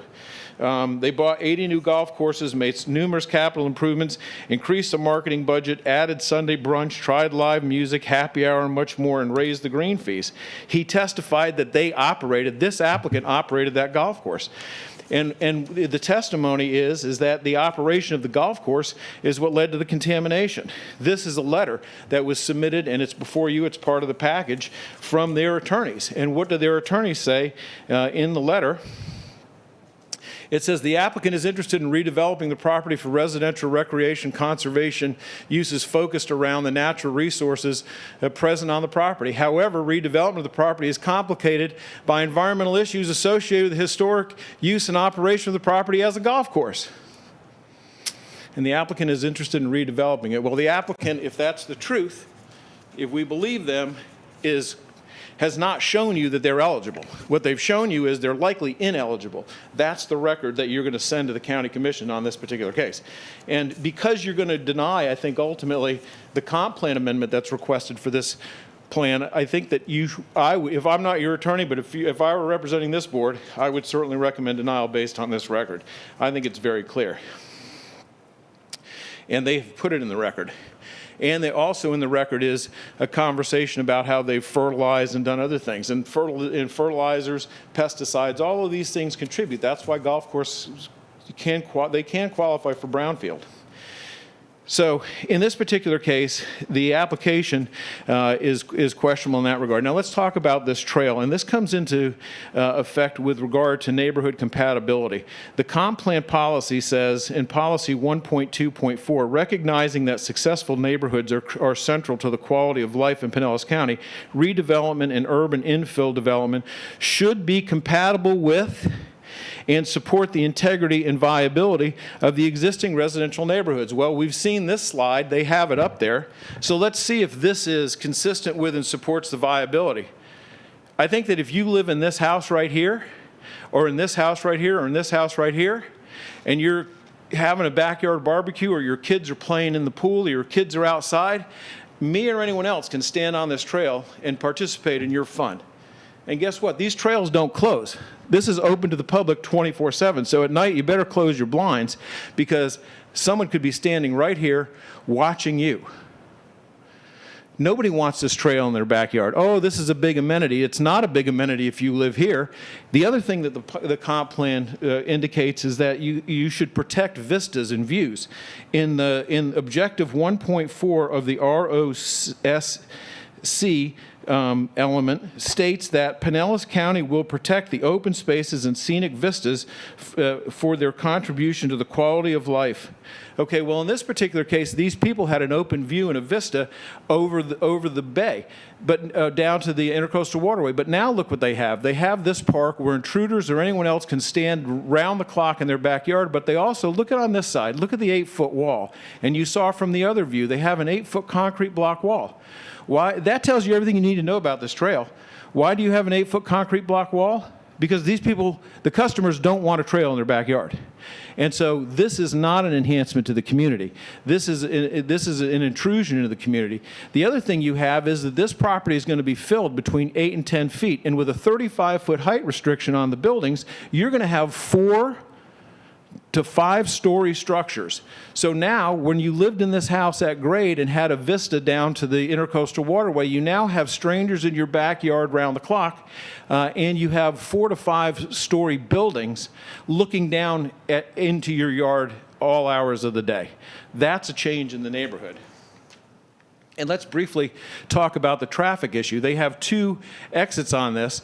The indication in the record is that the golf course had about 270 trips a day. This is going to have about 2,300 trips a day. That's 9-fold increase.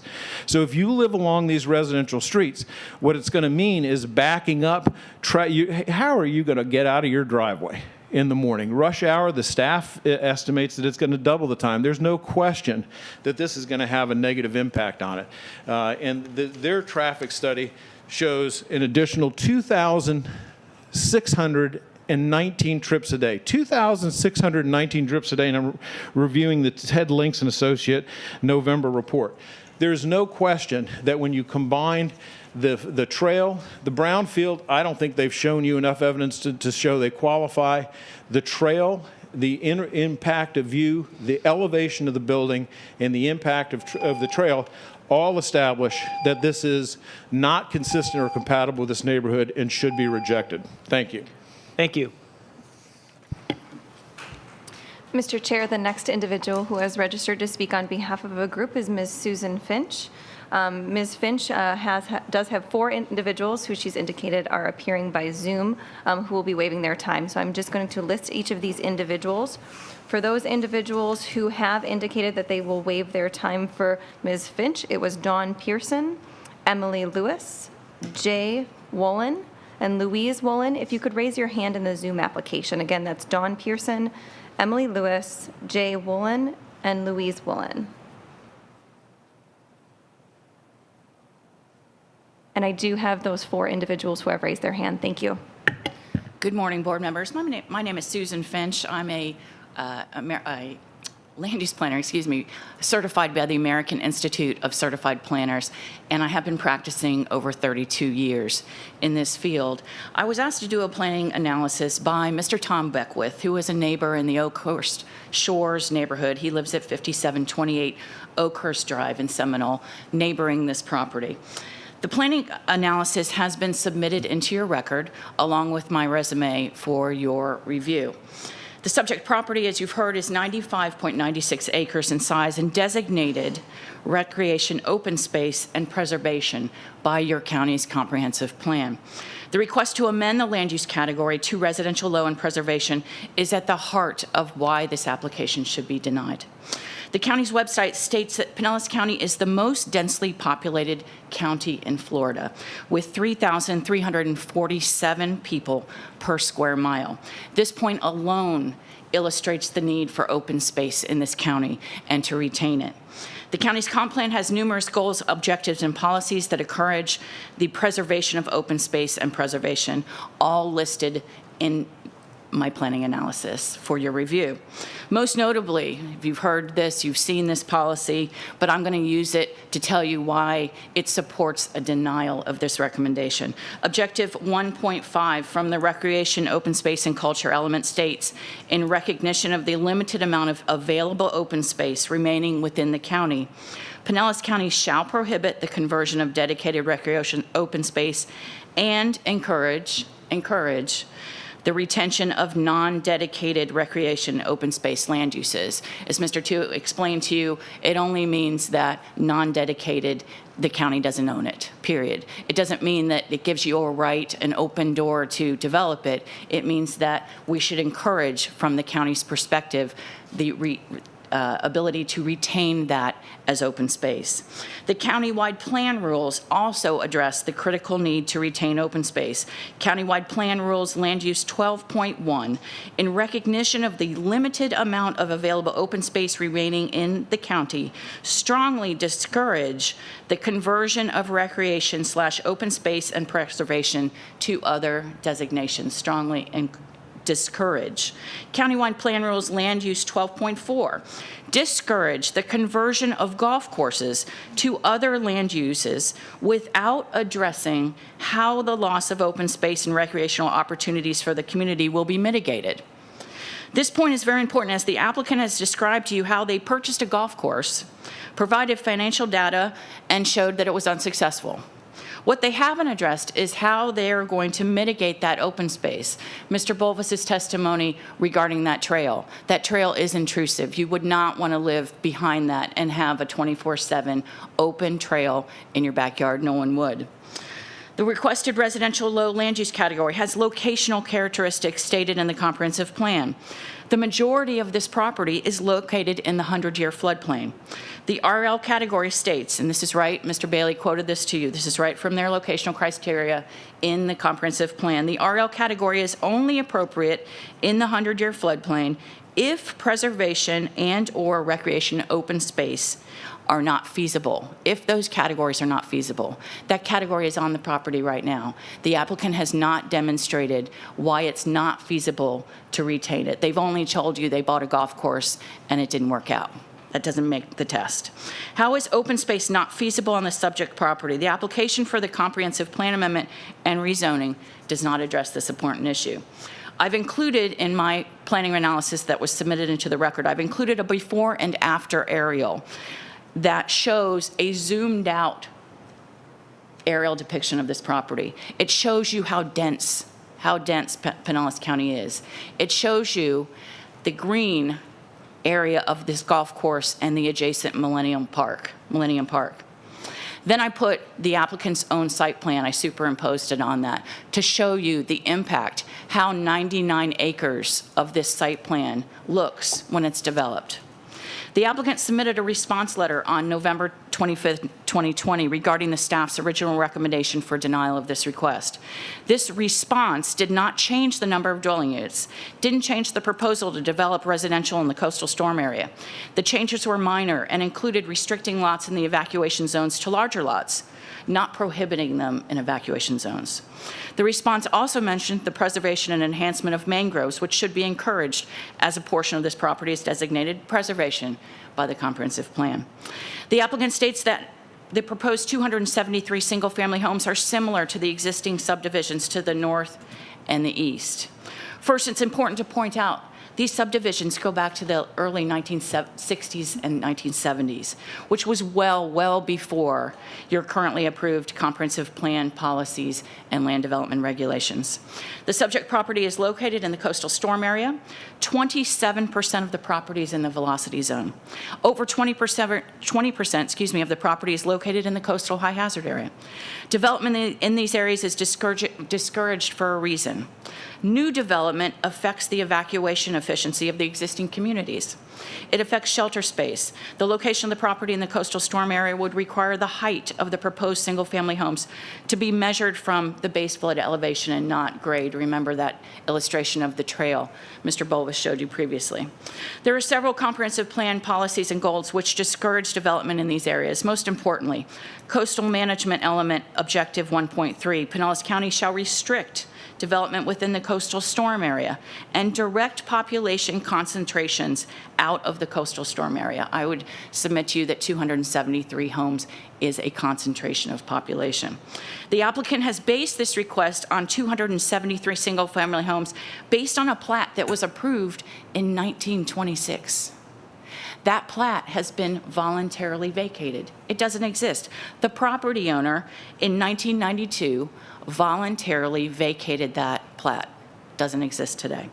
A prior application for 170 dwelling units was filed, but then later withdrawn because the county recommended denial.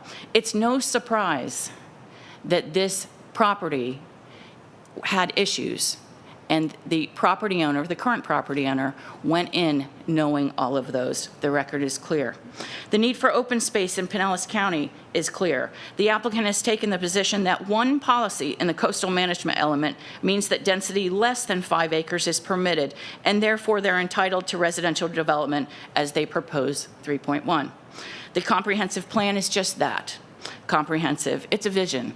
It's a long-range plan. It's a comprehensive document that addresses the goals for the county. The comprehensive plan is not one policy in isolation. To adopt this position negates the need for the plan itself.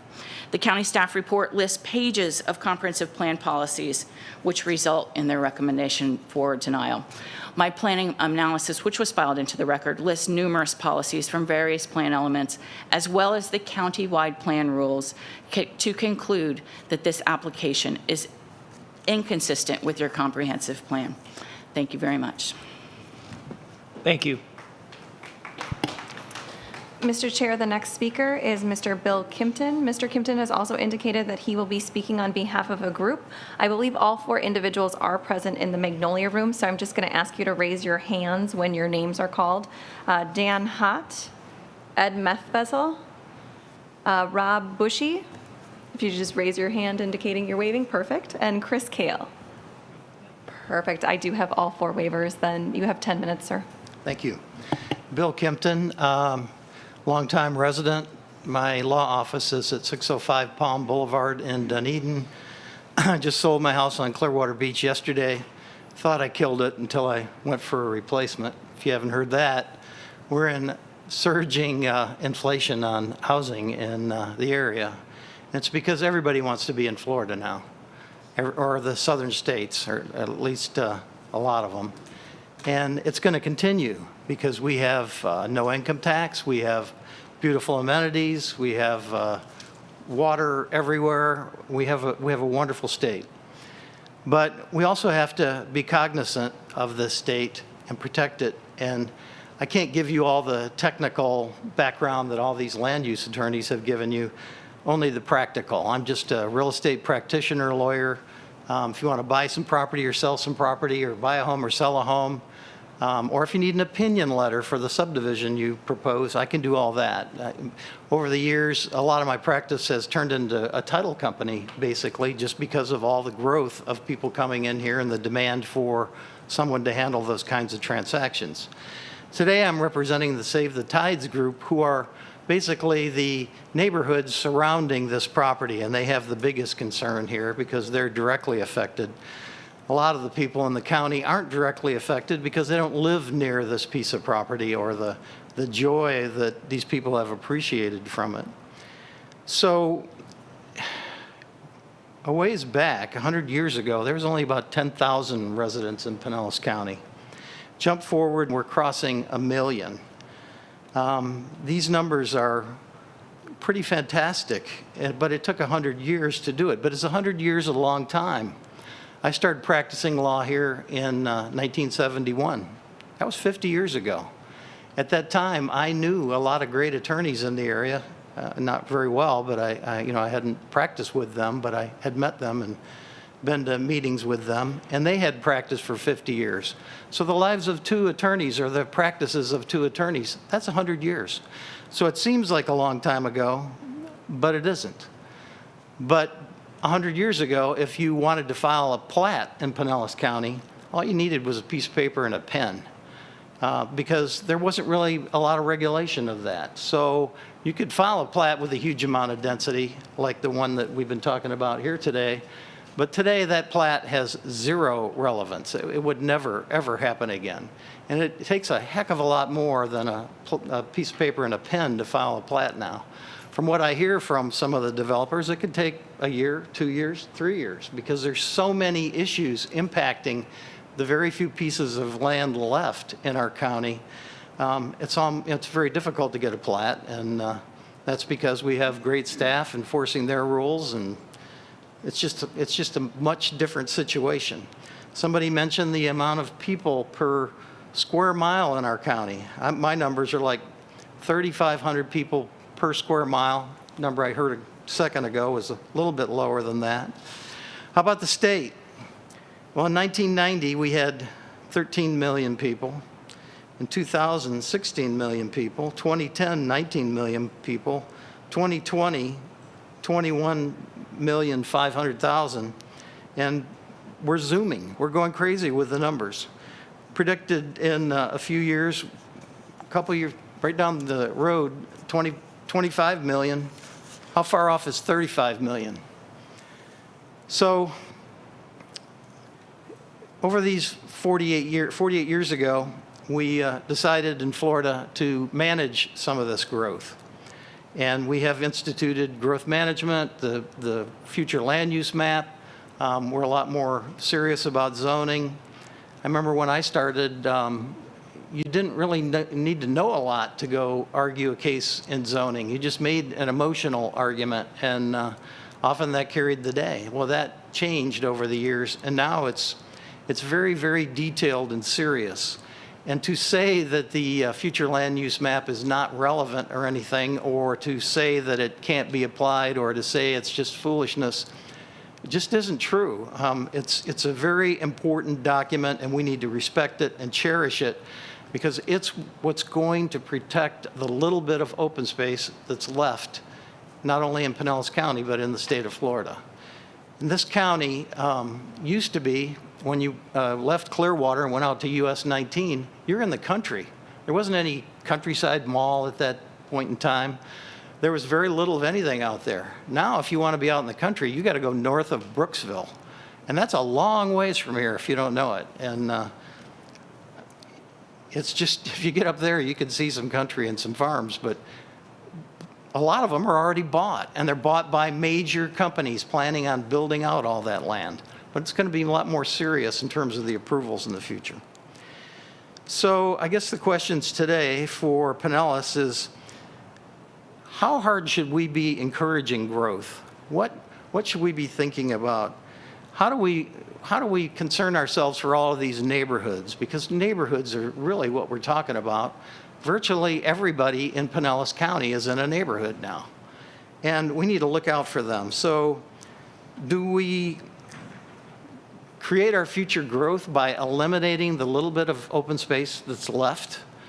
Do we ignore flood zones and hurricane evacuation routes and coastal high hazard areas? Are we doing something good there, or are we just putting everybody at risk?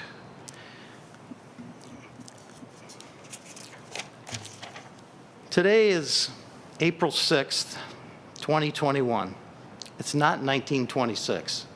That 1926 plat is a joke. It's just completely not relevant. To even talk about it is silly. Today we have planning, but we also have a built-out state. We have a built-out county, and we're going to get a lot more growth. Right now, I told you I sold my house on Clearwater Beach and thought I killed it until I went to try to find something to replace it.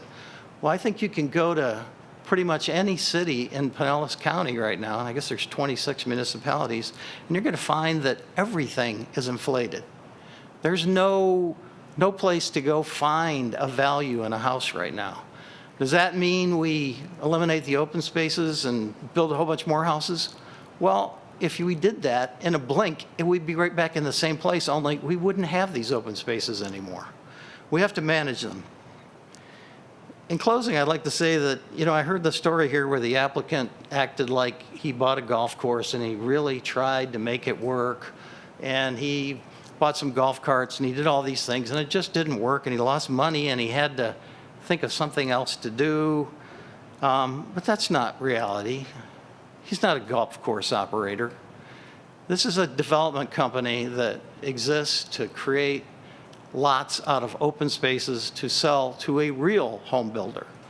Joel mentioned how many homes this company is going to build there. They're not going to build any homes there. This is going to be flipped to some very large development company that just builds homes, and they're going to come in there and they're going to build it out in instant time, and somebody's going to make a fortune. But whose expense is that going to be at? It's going to be at our neighborhoods. So, in closing, I just want to say, think about the neighborhoods. All of you probably live in neighborhoods.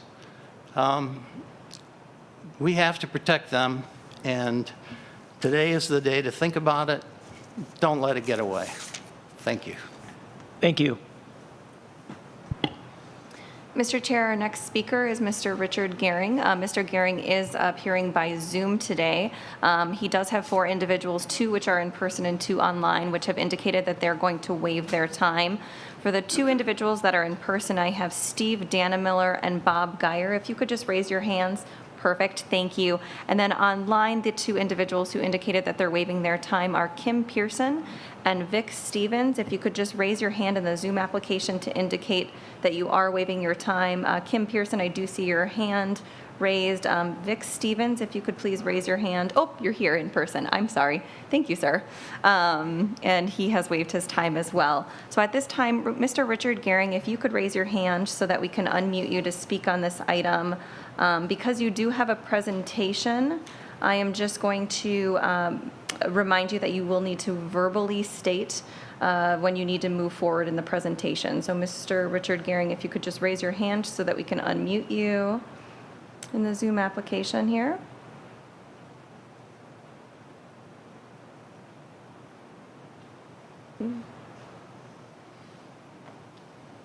All right, and we are unmuting you. When you're unmuted, if you could state and spell your name for the record, state your address, and then confirm that you have taken the oath. Thank you, sir. I took the oath. Can you hear me now? Yes, we can hear you. Thank you.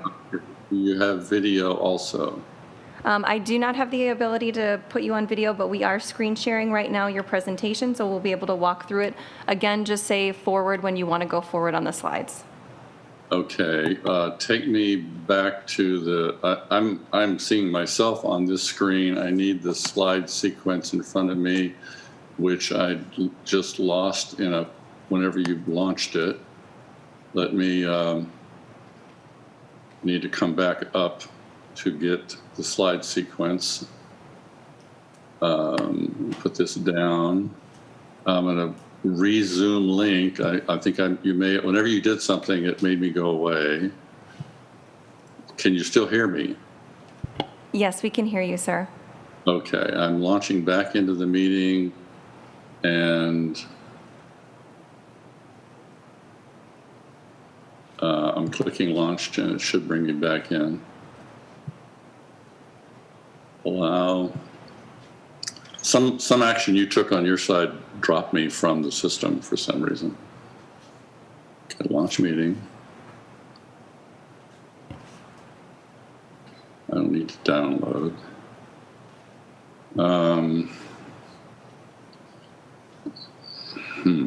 I had you all the way up through Bill, and I'm still not getting connection. Can I do it? I may need to jump over to my phone. I'm going to try to reconnect from your website. Let me know if that doesn't work. Otherwise, I do believe we do have a YouTube channel if you do have another device that you can view it through the YouTube channel and see the screens. Okay.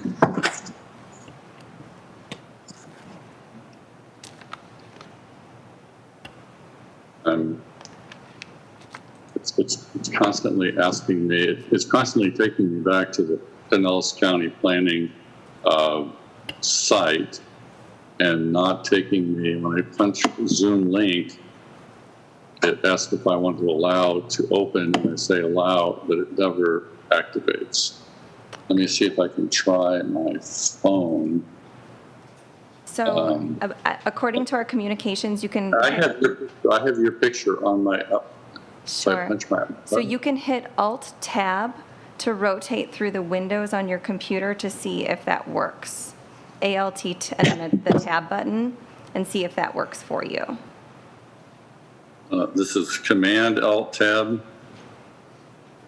Yeah, so according to my IT folks, they said ALT and then tab, and then you can maybe sort through the windows. It may just be that when we screen shared, that the window dropped off your main screen there.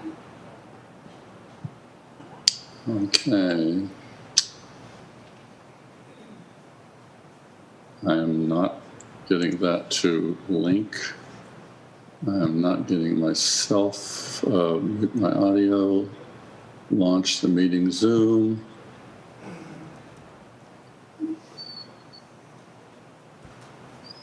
Cancel that. Okay, we need to, do you have my slide sequence? Can you hear me? Yes, you can. Yes, we can hear you, and we do have the I have my slide sequence on my screen, which if you can bring it up, I could just go, I can use it and go through it. Sure, just say slide 1, slide 2, and we'll go from there. Okay, I'm going to bring it up. Let me do that. And okay, tell me. Okay, I have my Tides neighborhood response slide as my lead slide. If you have that, I'm Richard Gearing. I have a 47-year history in Pinellas County of planning and development throughout the region, working both in the public and private sector. I have been active with Pinellas County, since 1974. I worked aggressively with cities, mainly city of Dunedin and other jurisdictions, other counties, Pasco, Hernando, or Hillsborough. I have been involved in roles for Pinellas County. I've been a chair of the PAC, the Planning Advisory Committee. I've been the chair of the MPO Technical Committee. I've been not only in the planning realm, I've been the city manager of Dunedin, and I've been the mayor of Dunedin, and I know the issues here. And for 9 years, I've worked for this community commitment to save the neighborhood from the impact of the loss of the tides. And it is a critical piece of open space, but not only for this neighborhood, but for all of Pinellas County. I'm going to punch the next slide, being my input to lead citizen participation on the upper corner, and that's what drives this. The Tides neighborhood is such that we are very thankful that the county has made 3 consecutive LPA recommendations of denial in a request to change open space on the Tides golf course site, and it's been done by 3. I mean, Joel makes it sound so informal and very cavalier, but 3 planning administrations have been involved, different directors over the Keller Morrison and twice on this application. And there are very clearly 35 policy inconsistencies. And I'm going to hit my next slide, which goes to the staff recommendation, which I think is the core of all of this, because we're dealing with the control of the plan. And the plan is setting forth a structure that staff has done an excellent job in recommending the framework of it, because it's denying the current application for its inconsistency. Page 26 through 27 of the recommendation very clearly structures this recommendation of denial based on the plan this component, while all these actions are quasi-judicial in the zoning and site plan and regulatory side, the plan is legislative, and we are dealing with the broad comprehensive document. I'm going now to the next slide, which has on the left-hand side a 100-year floodplain. These are the substantial encroachments, the direct residential development areas that will go into such areas that are inappropriate, and they are weighed and counterbalanced against the overall comprehensive plan policies. This process is one of building from the bottom up on the plan structure. So the 100-year flood plan, the velocity zone, and the coastal storm surge are very clearly issues to be the key to this consideration. Land use, perpetually on open space. It has been a field, it's been a pasture, it then became a golf course, and for 46 years it's held this residential open space designation, which was consciously put in place. I would totally disagree with Joel's fiction comment that, oh, that's an overlay that somebody put on it. It really has no significance. He's totally in error in that judgment. You introduce this into a vulnerable area, and while there were bad development practices that allowed dredge and fill and the creation of fingers and low development, all of those things have now, as Bill said, come under new concentrated concern. So it's difficult to support the introduction of population density into a vulnerable coastal area, as the staff says in their document, and that is the key. I'm going on forward to the next slide. 5 DUs gets used like, oh, that 5 development units and acres is given. It's not a given. As Blake outlined, the land use is controlling, and the land use of recreation open space has 0 units in it. Throughout the county, in all kinds of land use categories, you have to match your zone and your plan designation, and the plan designation controls. So the subject property has a long history of being utilized as recreation open space, and the retention of the open space in these vulnerable areas is critical both in its intrinsic value and environmental mitigation purposes. So this is why this recommendation has consistently been made based on the nature of the application. And this developer, having seen a turn down of 170 units, turns around and asks for 103 more units and goes to 273. And the applicant presented what is considered, I think, very clearly by the staff as a non-responsive plan. So it responds to, does not, the sensitive community around it, you have to surround those land use patterns into the natural conditions. So the plan should seek to set aside vulnerable areas. And they have made no effort at that. Everybody casually mentions the amount of fill to get to a finished floor elevation. It's going to be 15 feet of verticality to where you can get to a habitable floor level. Current design does not achieve, nor does it evaluate the impacts. And that's why this package has so poorly structured and proposed to move forward. I'm moving to the next slide. Changing 50 years of open space. The staff very clearly said this carries a heavy burden. They have not supported that burden. They've not demonstrated consistency in a framework. They've just reached onto their 5 unit an acre, and therefore we can get 3.1, and said that underlying plat grants are 273. And that is, in my technical planning term, baloney. The plan results in an internal and external impacts that conflict with the comprehensive plan, and the plan has value, and you will erode it if you make a modification that takes away these provisions. I've moved on to the next slide. This is precedent-setting open space action. While there is, 100 acres or so here in this parcel, the recreation open space that is in this category of privately held and in golf course in Pinellas County in a 2006 summary showed there was 5,017 acres of this type of land.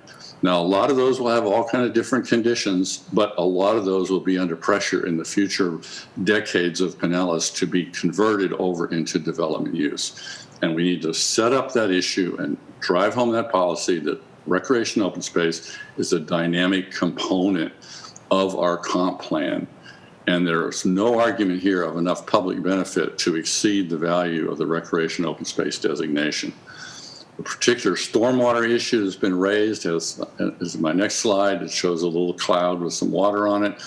It's very clear that this area is vulnerable And it is in no form acceptable to go make a brownfield argument that you should be able to do this because you're going to clean up the water.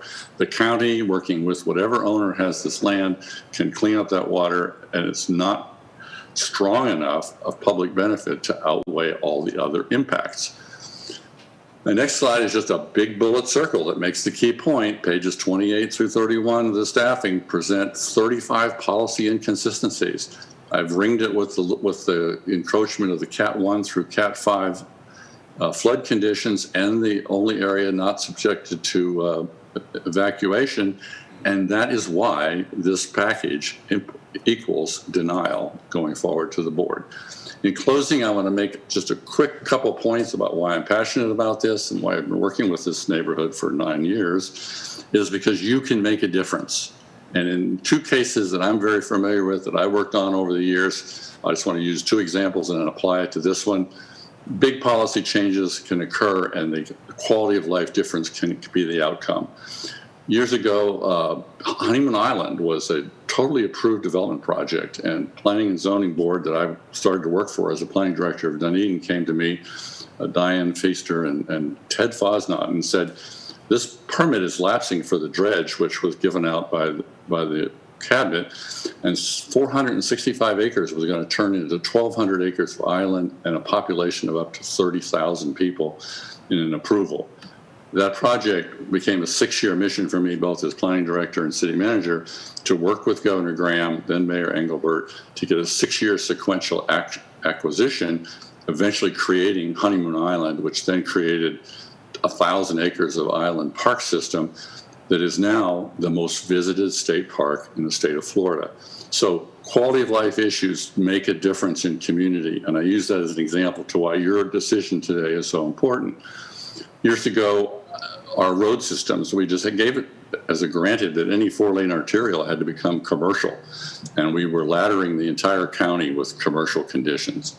So we feel that that problem was going to eat up Curlew Road, which is State Road 586, and we argued and worked with the county as the city and created something called the Scenic Corridor Commercial, Non-Commercial Corridor condition, applied it to Curlew, but we also applied it to every other major arterial the county was to build in the subsequent decades. And we've saved those communities from having adequate traffic on the arterials by that land use policy plan. So you can make a difference in quality of life. So in this application, I'm moving on to the policy change 3. Richard, your time is up, so thank you very much. Okay, well, I made the point. You're holding this 5,000, not making this a bad precedent for the future of the land use plan. My last slide, thank you for your attention. Yeah. Please support denial. Thank you very much, LPA. Thank you. Thank you. Mr. Chair, I do have 4 individuals who have registered to speak in person, and I do have 20 individuals who have registered to speak by Zoom or by phone. Would you like me to move forward? It's almost lunch here.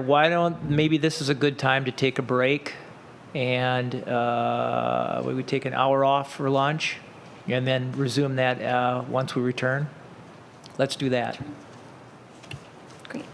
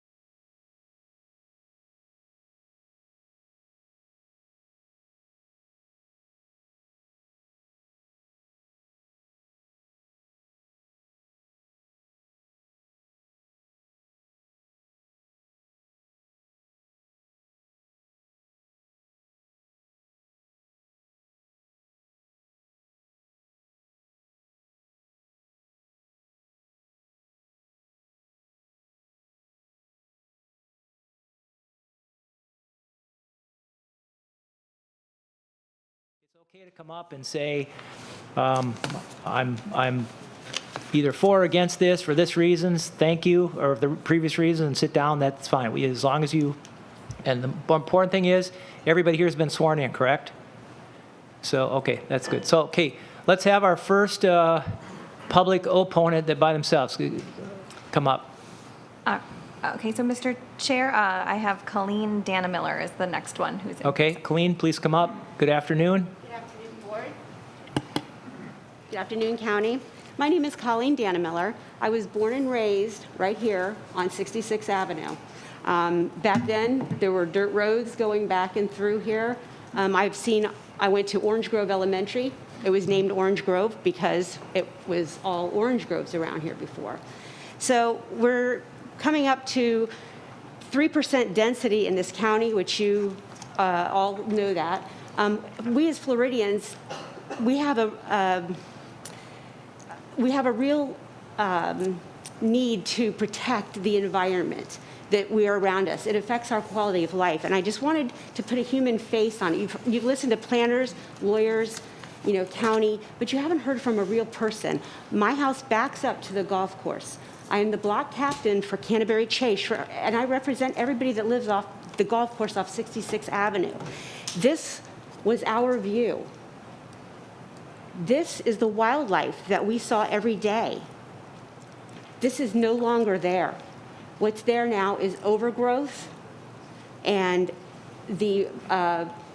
what they would call a ditch where the water runs has trees growing in it. The water comes up into our yards now. The last hurricane, what you wouldn't know, is about tidal surge. My house is hurricane protected. I have 350 mile per hour windows on there. I'm not afraid of hurricanes. We were told that the tidal surge might come up 7 to 8 feet in our house during the last hurricane.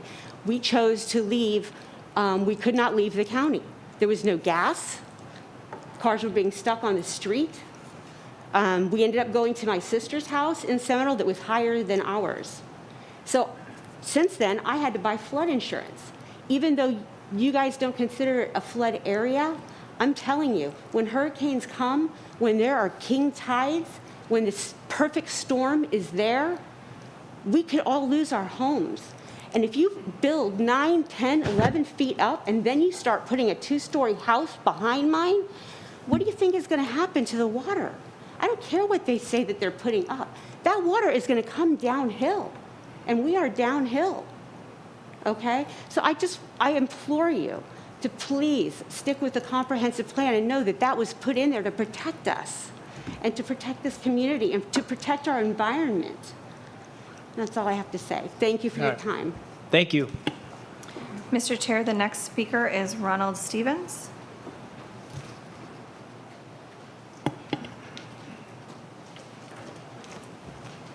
Good afternoon. Good afternoon, Mr. Chair, and ladies and gentlemen of our LPA board. I'm holding in my hand one volume of 7 different volumes of signed petitions from all over our county and basically all over the United States. So basically, I stand before you today to present to you, this is the largest petition that the County of Pinellas has ever received for a land use case. Over 19,443 signatures of people that are asking you to save our beloved Tides Golf Course from utter destruction. In these 7 bound volumes of petition signatures, people's voices are asking for the preservation of the Tides Golf Course recreation open space. We must not let these developers, or any developer ever, now or in the future, take this precious recreational open space from our community and our county. 84% of these petition signatures are Pinellas County citizens and voters in Pinellas County. But what's interesting, 16% of these are people from outside of our community. Imagine visitors from all over the world who have come to our county to play golf at our Tides Golf Course.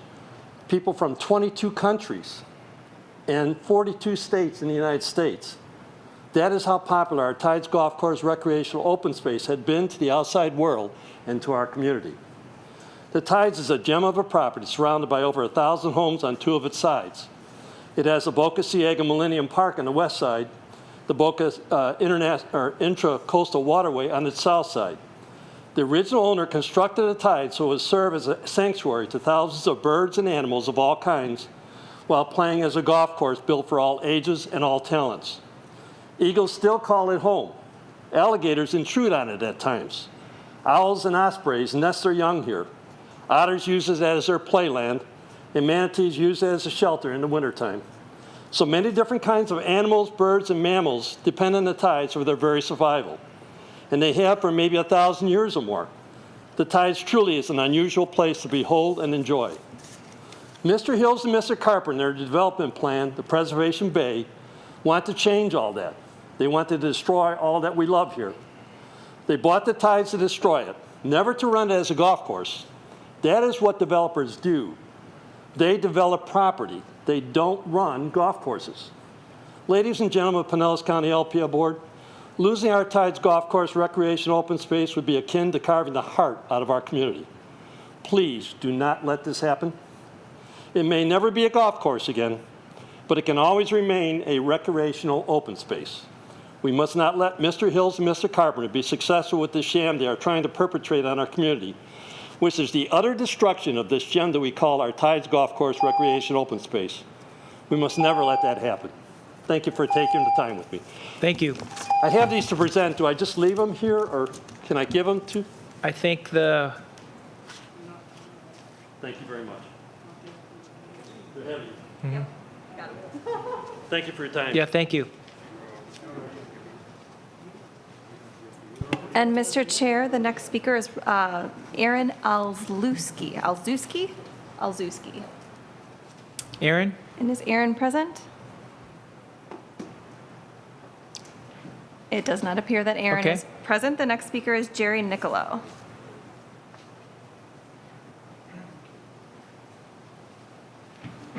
Good afternoon. Good afternoon. My name is Jerry Nicolo. I live at 11795 Camphor Way in Seminole.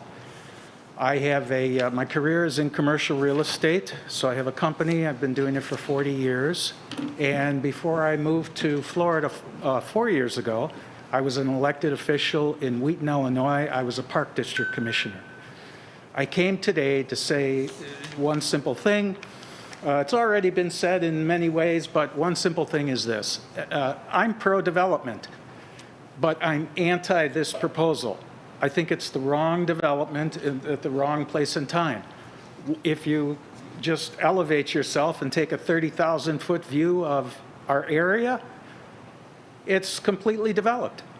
So what we have is an infill community. That's what it's known as. So we have an infill. If you want to do development, and you want it to be win-win and have people applaud you, then take dilapidated homes or combine some lots and put a bigger home, or take old homes and renovate them. That's what our development now is in this area. That's what it is. That's what it should continue to be.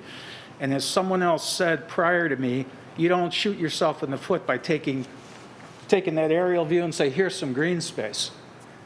So I think that's all I wanted to say. I think it's not about someone's constitutional rights to develop. It's about the right development for our area. Thank you. Okay, thank you. Mr. Chair, the next individual who is here in person is waiving their speaking, but did want to register against. It's Chet Janecki at 5612 Oakhurst Drive in Seminole, Florida. So he is registering against. Okay. And then the rest of the individuals I have registered to appear by Zoom or by phone. The first individual is Larry Cunningham. Mr. Cunningham, if you're appearing by Zoom, if you could raise your hand in the Zoom application or press star 9 on your telephone so that we can unmute you to speak on this item. Oh. Oh, you're here in person. Go ahead. Go ahead. Mr. Cunningham, right? Yeah. Carroll, C-A-R-R-O-L-L. I should be on that list. I was first on the top. Richard Carroll. Oh, yes. Because you registered as undecided, I'll be speaking. I would be calling you after the folks here. Thank you. I'm sorry. And then, Mr. Cunningham, if you could raise your hand in the Zoom application or press star 9 on your telephone. All right, and it does not appear that he has joined us. So I'm going to move on to our next speaker. Our next speaker is Marie Ide. E-I-D-E. Ms. Ide, if you could please raise your hand in the Zoom application or press star 9 on your telephone, we can unmute you to speak on this item. Again, that's Marie Ide, E-I-D-E. All right, and it doesn't appear that she's stuck with us today, so I'm going to move on to the next one. We have a Linda Sell. Ms. Sell, if you could raise your hand in the Zoom application or press star 9 on your telephone so that we can unmute you to speak on this item. All right, ma'am, and once you're unmuted, if you could state and spell your name for the record, state your address, and please confirm that you have taken the oath. My name is Linda Sell. My address is 11195 66 Terrace in Seminole, and yes, I have taken the oath. Go ahead, ma'am. Alrighty, what I would like to say is probably what everyone else has already reiterated, but I live on 166 Terrace, as I've stated, and I moved here in 2016, and the traffic was hardly anything. Of course, the Tyrone Mall had not been fully developed yet and everything, but since then, it has become very hard to get in and out of my dead-end street, which 66 Terrace is, and I know if they put 273 houses in where the Tides is, it's going to get even worse. And I am in full view, or I just am agreeing with everyone there that this is just not something that we need our recreational space. And as everyone also has said, and I know you don't want to hear repeating, but Pinellas County is just getting way too big, and I just think that you should definitely vote against this. And that's all I'll have to say. I can relinquish the rest of my time. Thank you. Mr. Chair, the next speaker is Beth Hovind. Ms. Hovind, if you could please raise your hand in the Zoom application or press star 9 on your phone. And then once you are unmuted, ma'am, if you could state and spell your name for the record, state your address, and confirm you've taken the oath. Hello, my name is Beth Hovind, H-O-V-I-N-D, 1996 Whispering Way, Tarpon Springs, and I have taken the oath. Go ahead. I am here speaking on behalf of the West Closterman Preserve, a 501c3 dedicated to the preservation of green space in Pinellas County. We support the staff recommendation to deny the zoning change for the Tides Golf Course. The staff eloquently speaks to the inconsistencies between the Pinellas County land use planning document and this request. Pinellas County is being rapidly built up and large areas of green space are being bulldozed much too frequently. The tide space is too valuable to our climate needs to be damaged in this way. We urge you to support the staff recommendation and our recommendation and deny this zoning request. Thank you for the opportunity to speak. Beth, thank you. Mr. Chair, the next speaker is Paul Correa, C-O-R-R-E-I-A. Mr. Correa, if you could raise your hand in the Zoom application or press star 9 on your telephone to speak on this item.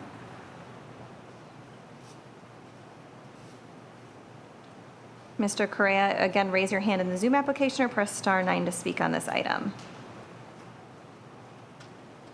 And Mr. Chair, it does not appear that he has joined us today, so I'm going to move on to the next speaker. This is Don Pearson, D-O-N Pearson. I know we had a Dawn earlier, but this is a Don Pearson. If you could raise your hand in the Zoom application or press star 9 on your telephone so that you can speak on this item. Mr. Pearson, again, raise your hand in the Zoom application or press star 9. And it does not appear that he has joined us either, so I'm going to move on to our next speaker, which is Amy Stevens. Ms. Stevens, if you could raise your hand in the Zoom application or press star 9 on your telephone to speak on this item. And again, Amy Stevens, press star 9 or raise your hand in the Zoom application. And she has not joined us either, Mr. Chair, so I'm going to move on to William Ellis. Mr. Ellis, if you could raise your hand in the Zoom application or press star 9 to speak on this item. And again, that's William Ellis. If you could raise your hand in the Zoom application or press star 9 to speak on this item. And Mr. Ellis, I do see your name on the Zoom application, but it does not appear that you have raised your hand.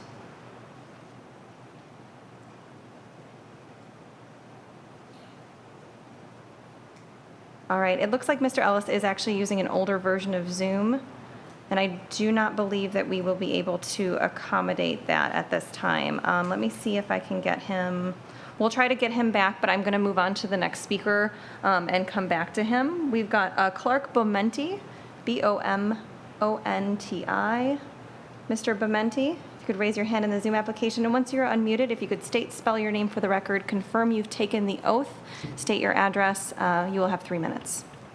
Good afternoon. My name is Clark Bomonti. It's B-O-M-O-N-T-I. I live at 12155 70th Avenue in Seminole. And yes, I've taken the oath. I'd like to just get on today and say how we appreciate the county, Pinellas County staff for all the work they've done and all of the time that they put in coming to the right conclusion today and denying this application. One thing I'd like to point out, though, is that the traffic issue that the developers seem to fail to address, I thought, adequately. 66th Avenue is and would be the main entrance into this development, and I don't, from what we saw, we documented the traffic devices going up for a study that were out for a single day when that took place. And if anything else happened, I don't believe it did. But we contacted the traffic department to verify that they had done a proper job in doing that traffic study, and were informed that the traffic department of Pinellas County was not aware of them doing that traffic study at that time. So I believe that traffic study is flawed. I don't believe that the 66th Avenue can support the traffic that they're talking about. This is a typical road, the kind that you would find in front of your own home. And to think that 300 houses worth of traffic could be dumped on that roadway is ridiculous. This road turns into a single lane road every day with lawn trucks, Amazon, people parking in the street, so on and so forth. You're zigzagging back and forth to get out of there.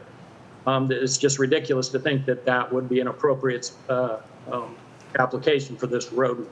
So anyway, I'd like to applaud the county for their efforts, and they've come to the right conclusion.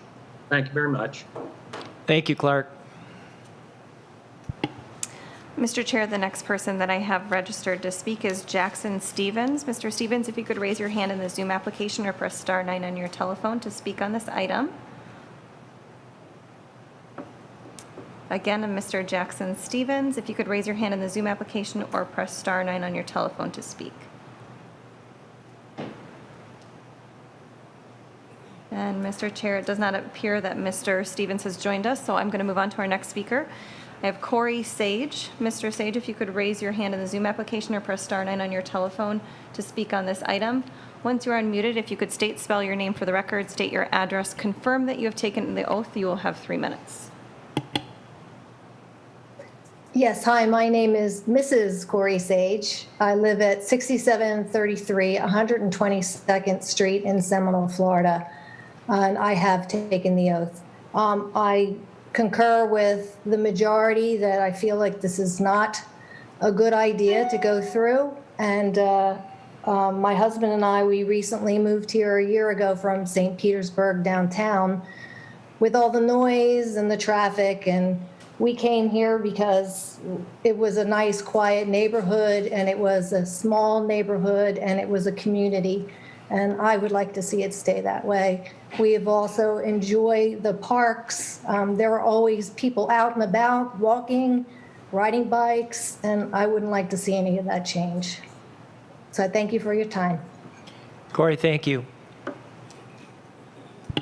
Mr. Chair, the next speaker is Brenda Vlach, V-L-A-C-H. Ms. Vlach, if you could raise your hand in the Zoom application or press *9 on your telephone in order to speak on this item. Again, Ms. Vlach, if you could raise your hand in the Zoom application or press *9 on your phone. All right, it does not appear that she has joined us for the meeting today, so I'm going to move on to the next speaker. I have a Mr. John Fisher. Mr. Fisher, if you could raise your hand in the Zoom application or press *9 on your phone to speak on this item. Mr. Fisher, if you could please raise your hand in the Zoom application or press star 9 to speak on this item.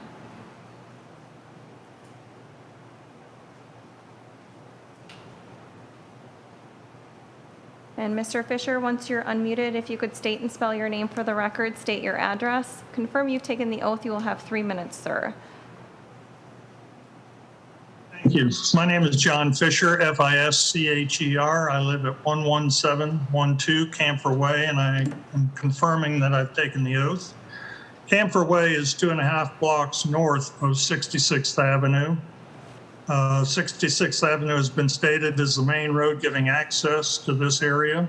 I was born and raised in Pinellas County. My parents came here in 1943 to St. Petersburg. We moved out to Seminole in 1955. I have lived out here all of my life, and my wife and I have lived at our current address for the past 36 years. It's already been stated that Pinellas County is the most densely populated county in the state.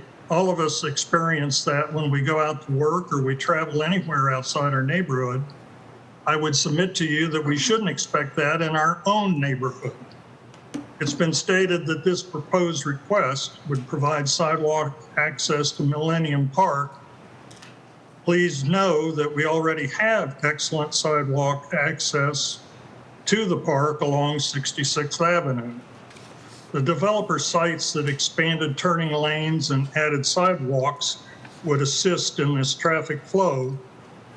I would suggest that moving 2,600 trips per day onto 113th Street from 66th or 62nd Avenue is not going to be helped by sidewalks or turning lanes. And I would further submit that 3.2-second delay is baloney.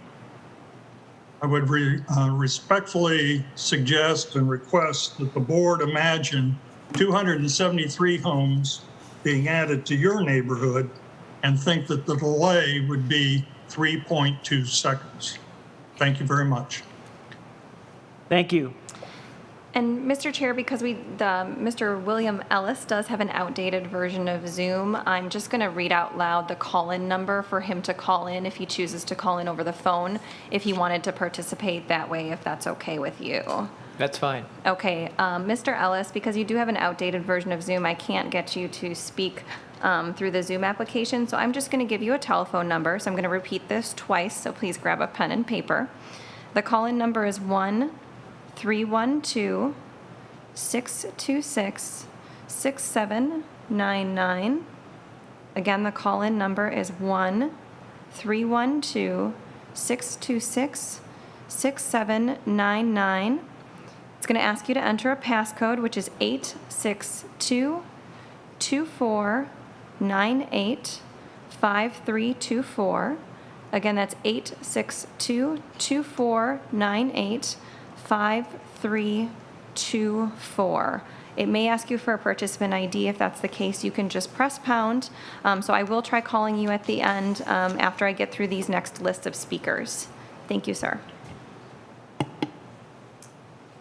All right, and then, Mr. Chair, our next speaker is Mr. Ronald Sage. Mr. Sage, if you could raise your hand in the Zoom application or press star 9 on your telephone to speak on this item. And again, Mr. Ronald Sage, if you could raise your hand in the Zoom application or press star 9 on your telephone so that you can speak on this item. It does not appear that Mr. Sage has joined us, so I will move on to a Ms. Doreen Sage. Ms. Doreen Sage, if you could raise your hand in the Zoom application or press star 9 on your telephone to speak on this item. Again, Ms. Doreen Sage, if you could raise your hand in the Zoom application or press star 9 to speak on this item. It does not appear that Ms. Sage has joined us, so I will move on to the next speaker. We have a Ms. Sarah Tucker. Ms. Tucker, if you could raise your hand in the Zoom application or press star 9 on your telephone. All right, and then once you're unmuted, if you could spell your name for the record and state your address, you will have 3 minutes to speak, ma'am. And confirm you've taken the oath. Thank you. My name is Sarah Tucker. That's Sarahtucker. I live at 5580 Oakhurst Drive in Seminole, and yes, I have taken the oath. I am opposed to this request by the applicant. I agree with the county. We are in a densely populated area, but also all of the surrounding areas, while they cite them as similar, they all purchased their properties, all the landowners, with the view that this was going to be green open space. And so when someone purchases a property with that designation, they should anticipate that that is the designation that will stay with the property and that it's going to be uncertain that you could ever change that. It will change the quality of life of all of the surrounding neighborhoods if you add these homes and this development. And regardless of this tiny ribbon of land that they're discussing offering a walkway for, the bottom line is this is land that borders submarine or I think it's called aquatic lands that are very delicate, and that we do not need any additional development on them. Also, my property is immediately adjacent to those aquatic lands, and it would adversely affect my life to have dwelling units there as well. I also agree with some of the speakers from the county. And so what I would urge you to realize is that now more than ever, in a world where we're densely populated and when social distancing and space are critical and quality of life, the only escape and sanity for many of us during the last year has been the ability to get out of doors, to get outside, to get into the open green spaces. If they talk about removing that open green space, they will diminish that portion of quality of life, not just for the adjacent residential areas of which I'm, a part of, but for the whole county. So I object to it. I will encourage all that have the capability to influence the vote to object to it. And when you purchase a piece of property and it's got a designation, you have to understand the risk you undertake is that you won't be able to change that designation. And therefore, I think they should not be able to change that designation. And I appreciate the county workers, and all who have come before. I understand it's all been done in good faith on the part of the applicant, but that was a risk taken that is not going to pan out, because it is more important for the greater good of the community that it remains as designated and as such green open space. Thank you. Thank you, Sarah. Next. Mr. Chair, our next speaker is Dominic Astorita. Mr.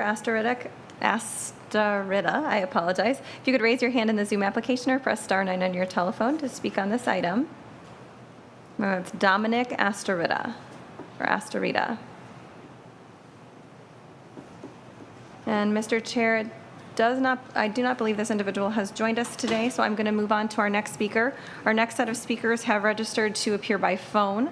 So Mr. Joe Siegel, if you could raise your hand by using the star 9 function on your phone. Again, use star 9 on your telephone in order to raise your hand in the Zoom application. And Joe Siegel? Or Seigel. Again, press star 9 on your phone. There we go.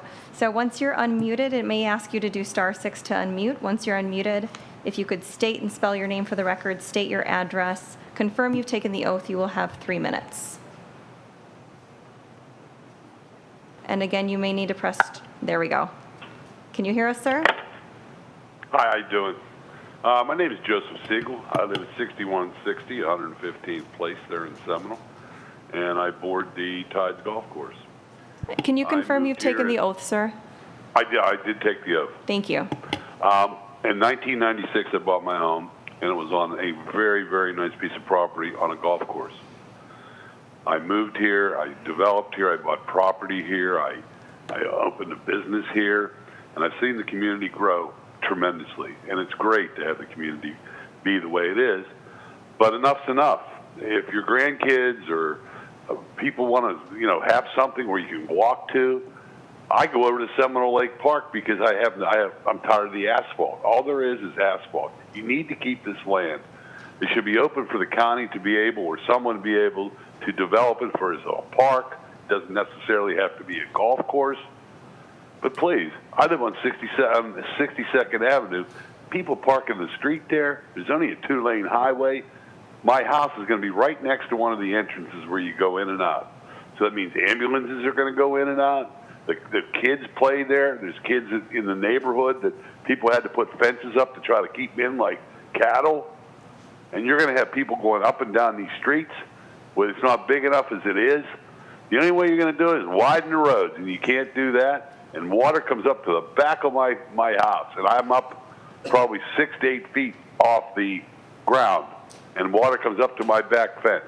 I have no idea how you're ever going to try to keep the water off that property. And who's going to be able to buy insurance? Nobody's going to sell anybody insurance for your home if it's in a flood zone. That's all I got to say. Just deny. It denies enough. It's time to end this. Thank you. Thank you, Joe. Mr. Chair, the next speaker is Mary Ellen Hesselden. Ms. Hesselden, if you could raise your hand in the Zoom application by pressing *9 on your telephone. And then once you're unmuted, you may have to press *6 to unmute. Once you're unmuted, if you could spell your name for the record, state your address, and confirm that you've taken the oath. Good afternoon. Thank you for this opportunity to speak and be heard. Yes, I took the oath. My name is Mary Ellen Hazelden. That's Haselden. And my husband and I live at 12050 66th Avenue North, Seminole, Florida. Over the last couple of years, we've written dozens of emails appealing to you to vote no to any zoning or land designation changes and no to any development of this unique piece of land, which is rightfully and lawfully designated as recreational open space. The county staff recommendations of denial align not only with my husband and I, but as Mr. Stevens offered, over 19,000 people who have signed a petition to not allow any changes in this manner. These signatures of support for this position are from individuals who live here permanently, seasonally, or visit here for their cherished vacation time. One of the key tenets of Pinellas County's strategic plan is doing things to serve the public, and in part states practice superior environmental stewardship. This is further supported by 3.2 and 3.3. 3.2 is preserve and manage environmental lands, beaches, parks, and historical assets. 3.3 is protect and improve the quality of our water, air, and other natural resources. Moreover, in Pinellas County's comprehensive plan, Objective 1.4 of the Recreation, Open Space, and Cultural Element requires our Pinellas County to protect its open spaces and scenic vistas for their contributions to quality of life. Policy 1.4.3 states that Pinellas County will encourage and incentivize the retention and reestablishment of open vistas, and continues with particular emphasis on coastal areas and land surrounding parks and environmental lands. To further support these thoughts are the health benefits of keeping this green space. Some of these benefits include, but are not limited to, better air and water quality, reduced noise pollution, and preventing added traffic congestion. This green space allows for continued recreational and exercise opportunities, along with social opportunities that can reduce stress and enhance wellness. Moreover, the wildlife's habitat is protected and the animals, birds, and flora continue to thrive. Of course, we are over 1 year into a pandemic that, among other things, has highlighted the need and benefits of this open space. Thank you so much for your time and attention, and we thank you in advance for voting, like those before you, to preserve this Pinellas County green jewel and for voting no to any designation changes, zoning changes, or allowing any development. Thank you so much. Mary, thank you. Thank you. And Mary Ellen Hazelden, your husband, Carl Hazelden, also pre-registered to speak. He's the next person on my list. Is he there to speak, or is he? No, ma'am. He tried to submit a document, so that must have been a mistake. Unfortunately, he had to work today. Oh, okay. Thank you for asking. I just wanted to check. Thank you. All right, ma'am. So, Mr. Chair, I'm going to try to see if William Ellis has joined us over the phone line. So, Mr. Ellis, if you can press *9 on your telephone to speak on this item. Again, Mr. William Ellis, if you did call in using the call-in number that I provided earlier, if you could just press *9 on your telephone to speak on this item.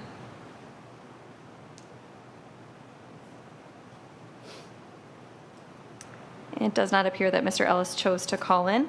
That is all I have for speakers that are online. I do have, and for those who registered as opponents, I do have one individual who had pre-registered to speak in person who had indicated that he was undecided. I believe since then I've learned that he actually indicated that he meant to put against, but it's a Mr. Richard Carroll, so he's my last speaker that I have who's registered. Good afternoon. Hi, how are y'all doing? My name is Good. Richard Carroll. I live at 5792 Bayshore Drive. I'm that area in the yellow that's supposed to be flooded up to here during hurricane times. I had a bunch of things written down, but it's just greatest hits at this point. But I'm a homeowner. I've been since March of 2015 in that neighborhood. And my only concern is, how does this benefit our community? How does this benefit our community? And the only thing that we've been given as an answer from anything that we truthfully know about all this is it's a gated community with the giant retention ponds in the middle. There's a walking nature path around the outside of the gates. The roads are going to be made to cut through some existing neighborhoods. The turn lanes may be extended a little bit to potentially be made longer to accommodate the mass amount of traffic that we do know will come from this. And it's all based on zoning from the 1920s. And nothing looks like that from the 1920s. So in other words, we don't see this as good enough. This could be a great opportunity to turn the land into what most new home buyers are looking for: a community gathering place, park, or an open space, a place worth preserving instead of overdeveloping. So once again, how does this benefit our community?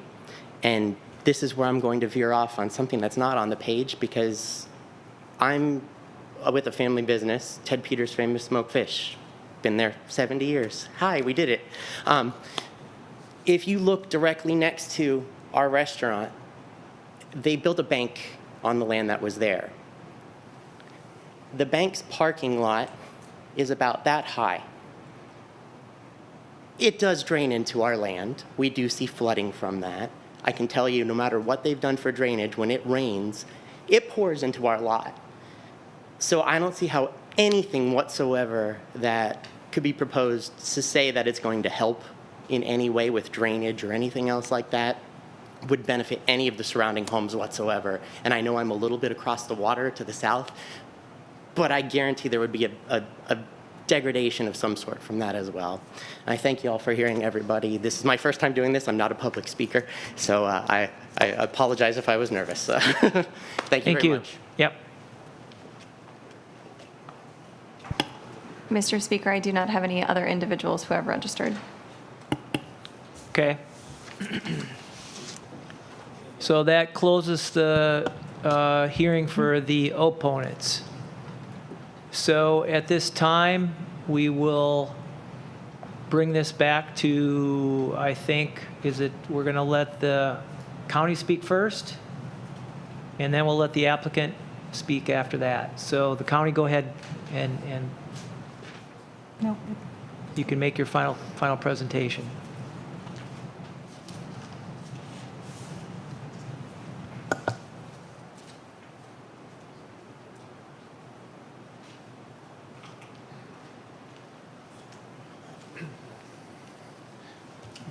So instead of good morning, I'll say good afternoon this time. Scott Swearingen, the Long Range Planning Manager for Pinellas County. For our closing remarks, so we heard a lot of passionate remarks from the public, both virtually and in person. And on behalf of my colleagues, I say that we hear and we respect all of those comments, and we understand where they're coming from. And we get that, and I'm sure that you all, as a local planning agency, also hear those comments, and you're listening to them as well, and they're important. They're important for the public record, and they're important here, and it's a public's opportunity to speak on this application. I do want to, as we begin to wrap things up, I want to bring us back as we're starting to close, as we're getting closer to a vote, I want to bring us back to the proposal itself. Because as staff supporting you all in your review of this proposal and this application, we have conducted a review of the proposal. And it's specific to the proposal and an analysis of the subject property and the comprehensive plan. And we've iterated in great detail in the staff report of how we have come to our conclusions and our findings there too. And then in summary, we've iterated today, we've reiterated in our presentation kind of, how we got to where we got to and where we believe we're at in this. And so I really want to bring us back to the proposal now as it brings us back full circle to talk about that.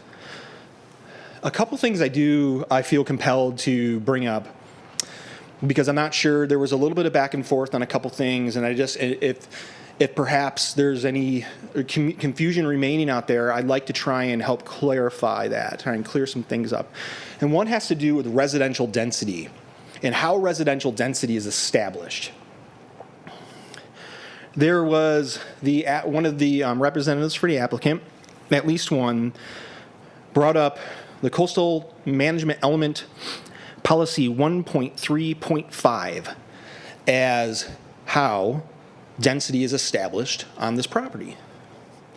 And with all due respect, that's just completely false. That does not establish density on this property. The county has an adopted comprehensive plan that is required and is in compliance with the state, with state statute, which directs us to be in compliance, which also directs that density, maximum densities, and ultimate permitted uses are established in the land use designation on the future land use map. That's where the maximums are set. That's where the permitted uses are set. And so that's where density comes from. The property, about 89 acres of it, has recreation open space land use designation on a future land use map. That designation does not have a residential density because it does not permit residential dwelling units. The remainder of the property as preservation also does not permit residential and thus has no residential density. The property as a whole, the subject property, does not have residential density entitlements. Now, there was also some discussion of how the zoning establishes residential as a permitted use from the property and perhaps even provides density for the property. I bring you back to the future land use designation. That is the ultimate decider of what gets built. A zoning district could have a multitude of uses that are listed as permitted uses in that zoning. But if a use is proposed that is not a permitted use in the underlying future land use map designation, then it is not permitted on that property. It has a residential density, that's true. But also I would add that it has a residential category, pardon me. It has a residential category on that property, that is true. But that residential category does not have a density tied to it. It does not permit 0.5 units per acre. It has development parameters which give you direction as to minimum lot sizes, in this case 2 acres, 2 acre lots are the minimum lot size. But that residential category does not have an established density. Density goes back to future land use. Furthermore, a golf course is a permitted use in the RA district. It's permitted as a golf course is a permitted use as a special exception in that category. Scott, go ahead and wrap up, yeah. Okay, because I thought we had additional time from our initial 45. That's what I was kind of banking on. Is that true? Okay, all right. We're the ones confused. Okay, and I will wrap up. Yeah. I apologize.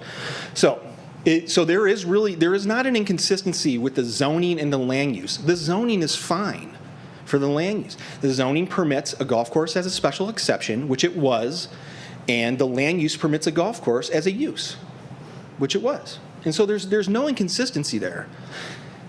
So finally, no density on the property, residential is not a permitted use. Zoning does not control density. We've determined that this proposal does not adequately address the many environmental constraints on the property. That is our conclusion. That is what's in our staff report in greater detail. And staff finds the application is inappropriate as it is on balance and consistent with the comprehensive plan. And that is our closing. I appreciate your time, and I hope that helps to clear things up. Thank you very much. Let me ask, was I unfair there with the time? Is there more time that should be allotted to the county? The procedures allow the time to include time for rebuttal, and they had about 18 minutes left with their original. Okay. Is there anything else the county would like to say then, to be fair? Okay, if not, then we will let the applicant come up, and the applicant did use 45 minutes, but they get 5 minutes, right? I leave it to your discussion. The procedures provide that the 45 minutes that you granted was 20, and then up to 45 includes rebuttal. I believe the applicant had a minute and a half left on that original time. So We do have some discussion. okay. If Yeah, I will take less than 5 if that's acceptable. No, that's okay, Joel. You can have, I think it was you can have 6.5 minutes. That was what. I appreciate that, and I don't believe I'll take it all. I'm going to be brief. It's been a long day for everyone. First of all, Joel Tu again for the applicant. One public comment that bothered me was that apparently some of the residents think that the public trail, the walking trail around the perimeter is a bad idea. I just want you to know that we came up with that from the public charrettes, and that a lot of the residents wanted that because they said they would like to have access to the waterfront, which they don't have now. When it's a golf course, it's private property, and they're not allowed to go down to that waterfront. So we were trying to create a public sense of place, if you will, a gathering place where they could go down to the mangroves, see the vista over the bay. So we were trying to do the right thing. The staff supported that change, and obviously we'll eliminate the trail if someone decides that's a bad idea. I think it's a bad idea to eliminate it, but if you don't want the trail, we'll still do the perimeter enhancements, we'll still have the buffer, we'll still have the water filtration system, but if for some reason a public trail is objectionable, we'll delete it. Secondly, we are very flexible on density. As I said before, I've been frustrated for 2 years trying to get staff to tell me that if 273 units in their judgment are too much, please tell me the number that you think is consistent and works. I challenge them again to do that. I invite you LPA board members, if that is an issue of yours, please ask, let's discuss it. We are not married to 273, but when you can't get anyone to respond to you at all, you really don't have anywhere to go. We're not married to it. We want a project that's a good project, that's reasonable, that's harmonious with the neighborhood. Thirdly, we will not be putting fill in the velocity zone. You can't. It's prohibited. We're going to build in the velocity zone your typical beachfront stilt home, just like everyone else in every coastal community has here. Mr. Kempton's home, for example, that he's proud he just sold on Clearwater Beach, that either is a home in the flood zone that doesn't comply, or it's a stilted home. And, you know, I'm sure you understand, we're not the first and only community that would be building stilt homes that had garage parking and storage underneath and the first habitable floor up. The engineer told you, we increase rapidly to 30-foot elevation. So halfway up this property, it's not an issue. It's just possibly, you know, as Ms. Johnson asked me, where are the homes? Possibly that bottom row of homes on the water side of that street probably would need to be stilt homes. So we're not putting fill dirt. We're not creating an anthill. Next, I am not disregarding the comp plan. There were a lot of planners here that argued that Mr. Tu's disregarding the comp plan. I'm asking everyone to please read the comp plan. By all means, don't disregard it. My point is, we understand that the current recreation open space land use designation on its face prohibits residential development. But it also says that you can apply for, which we've done. We've applied, that's the whole point. We've applied to convert the residential open space designation to low residential, or residential low. Now remember, before the county put recreation open space on it, it was residential low. We're not asking for something new. We're asking to go back to the very land use designation the county had on the land before it put recreation open space. And the question is, does the comprehensive plan allow the conversion of this recreation open space to low residential? That's where you go to recreation open space objective 1.5 that we looked at in detail. The answer to that is if this was public land, the comp plan does not allow that conversion. However, if it is private land, i.e. not dedicated, and Mr. Bailey acknowledged that that's what it means private land, if you look at objective 1.5, it does allow the conversion of recreation open space to the residential low use that it had previously. It simply says you should encourage the preservation of open space. Well, we have been encouraged. We're committing 54% of this land to open space. Our encouragement is we'll use less than half of it. So you're still going to get the preservation of open space, but you can get it without denying any viable, beneficial use of that land. If we can't use it for anything, if we can only use it for a public park or for somebody else's vista or someone else's pleasure, then you are taking privately owned land and you are deeming it critical open space for the overall public good. And the only way you can do that is if the county purchases that private land for that public good. Just like Mr. Gehring's Honeymoon Island example, fine. If this is imported as Honeymoon Island, figure out a way to purchase the property and create a park and preserve it. Or if the Douglas Estate property, or what the county did at Bay Point. But you can't deny the beneficial use of private land. Read the recreation open space authorized uses, and if we can't have a viable golf course, tell me the use there that any private property owner has for that. The answer is zero, because it says it has to either be a public park or a golf course.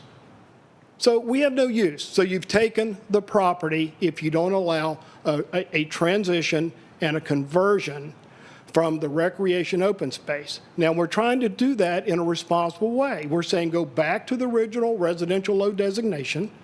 We're coupling it with a master plan that's going to treat all of this off-site discharge. These neighborhoods have no on-site stormwater detention to speak of, and certainly no treatment. And it is coming right through our land. We're willing to take as much of that as we can in that entire perimeter area with a filtration system, treat it. We'll hold all of ours. We will comply with current hurricane standards. For one of the recent speakers said we can't buy flood insurance. Well, of course we can. They're all living in the flood zone. Every one of them lives in the flood zone. It is available. They're living in the flood zone and they're not elevated above the base floor elevation. We will be elevated above the base floor elevation. We will have mandatory hurricane standards. So the elephant in the room here is the county simply going to keep denying development plan? Am I supposed to, if you say no to 273, am I supposed to guess and come back with 260 and then you deny that, and then I come back with 200 and you deny that? Is the county simply trying to beat down the property owner to devalue the land so that it can end up buying it cheaply for a public park? That's what I think is in play here. That's wrong. That's unlawful. And that can't be made to happen. That's the elephant in the room. Thank you. Okay. Joel, thank you. I believe that concludes our public hearing, so we'll close the public hearing, bring it back to the board. And Mr. Chair, if I may just take care of one Yes. minor procedural matter for the record in conjunction with the deputy clerk. Just as mentioned in the very beginning of this proceeding, it is quasi-judicial, meaning in part that all the testimony needs to be sworn in under oath.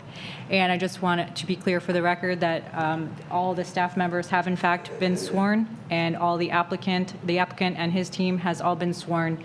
I believe that everyone here who testified today has been sworn, and if not, please acknowledge to our deputy clerk so that we can retroactively ensure that you are sworn in. Okay. For the record, it looks Thank like you. everybody's been sworn in. So, okay, so we'll close the public hearing and bring it back to the board. Board, do we have discussion or a motion? Matt?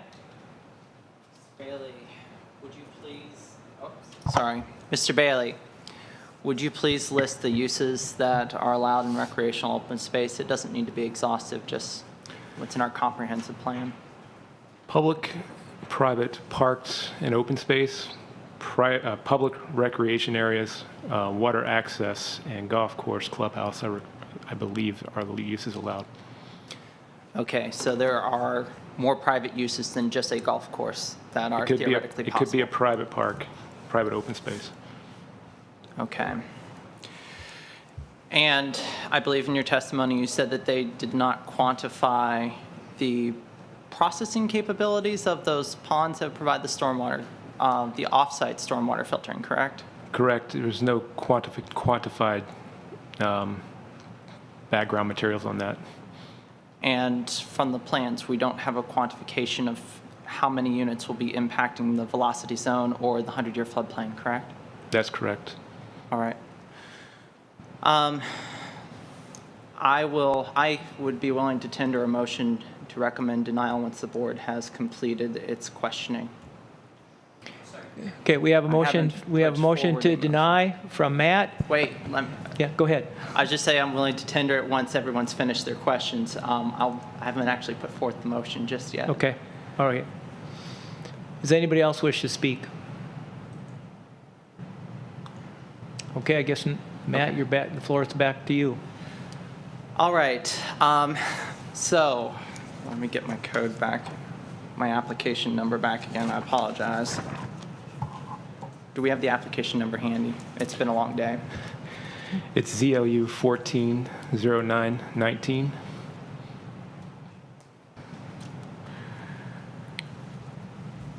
And before I upset half the room, one of the things that our comprehensive plan was saying was that they have to show a lack of feasibility of using the 100-year floodplain for uses that I believe what are recreational open space. They've at best shown that they can't operate a golf course on there.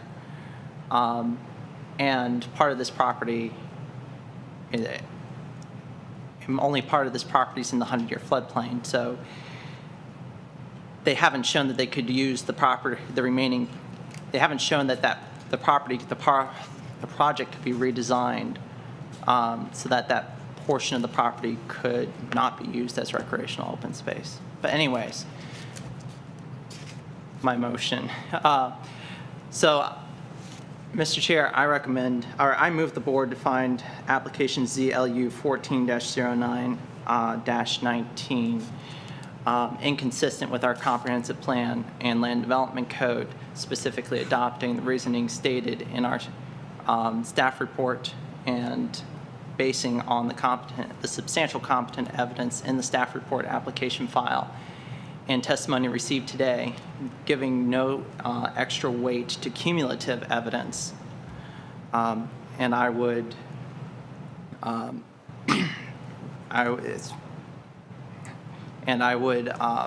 move the board to recommend denial to the Board of County Commissioners as part of that motion. Thank you.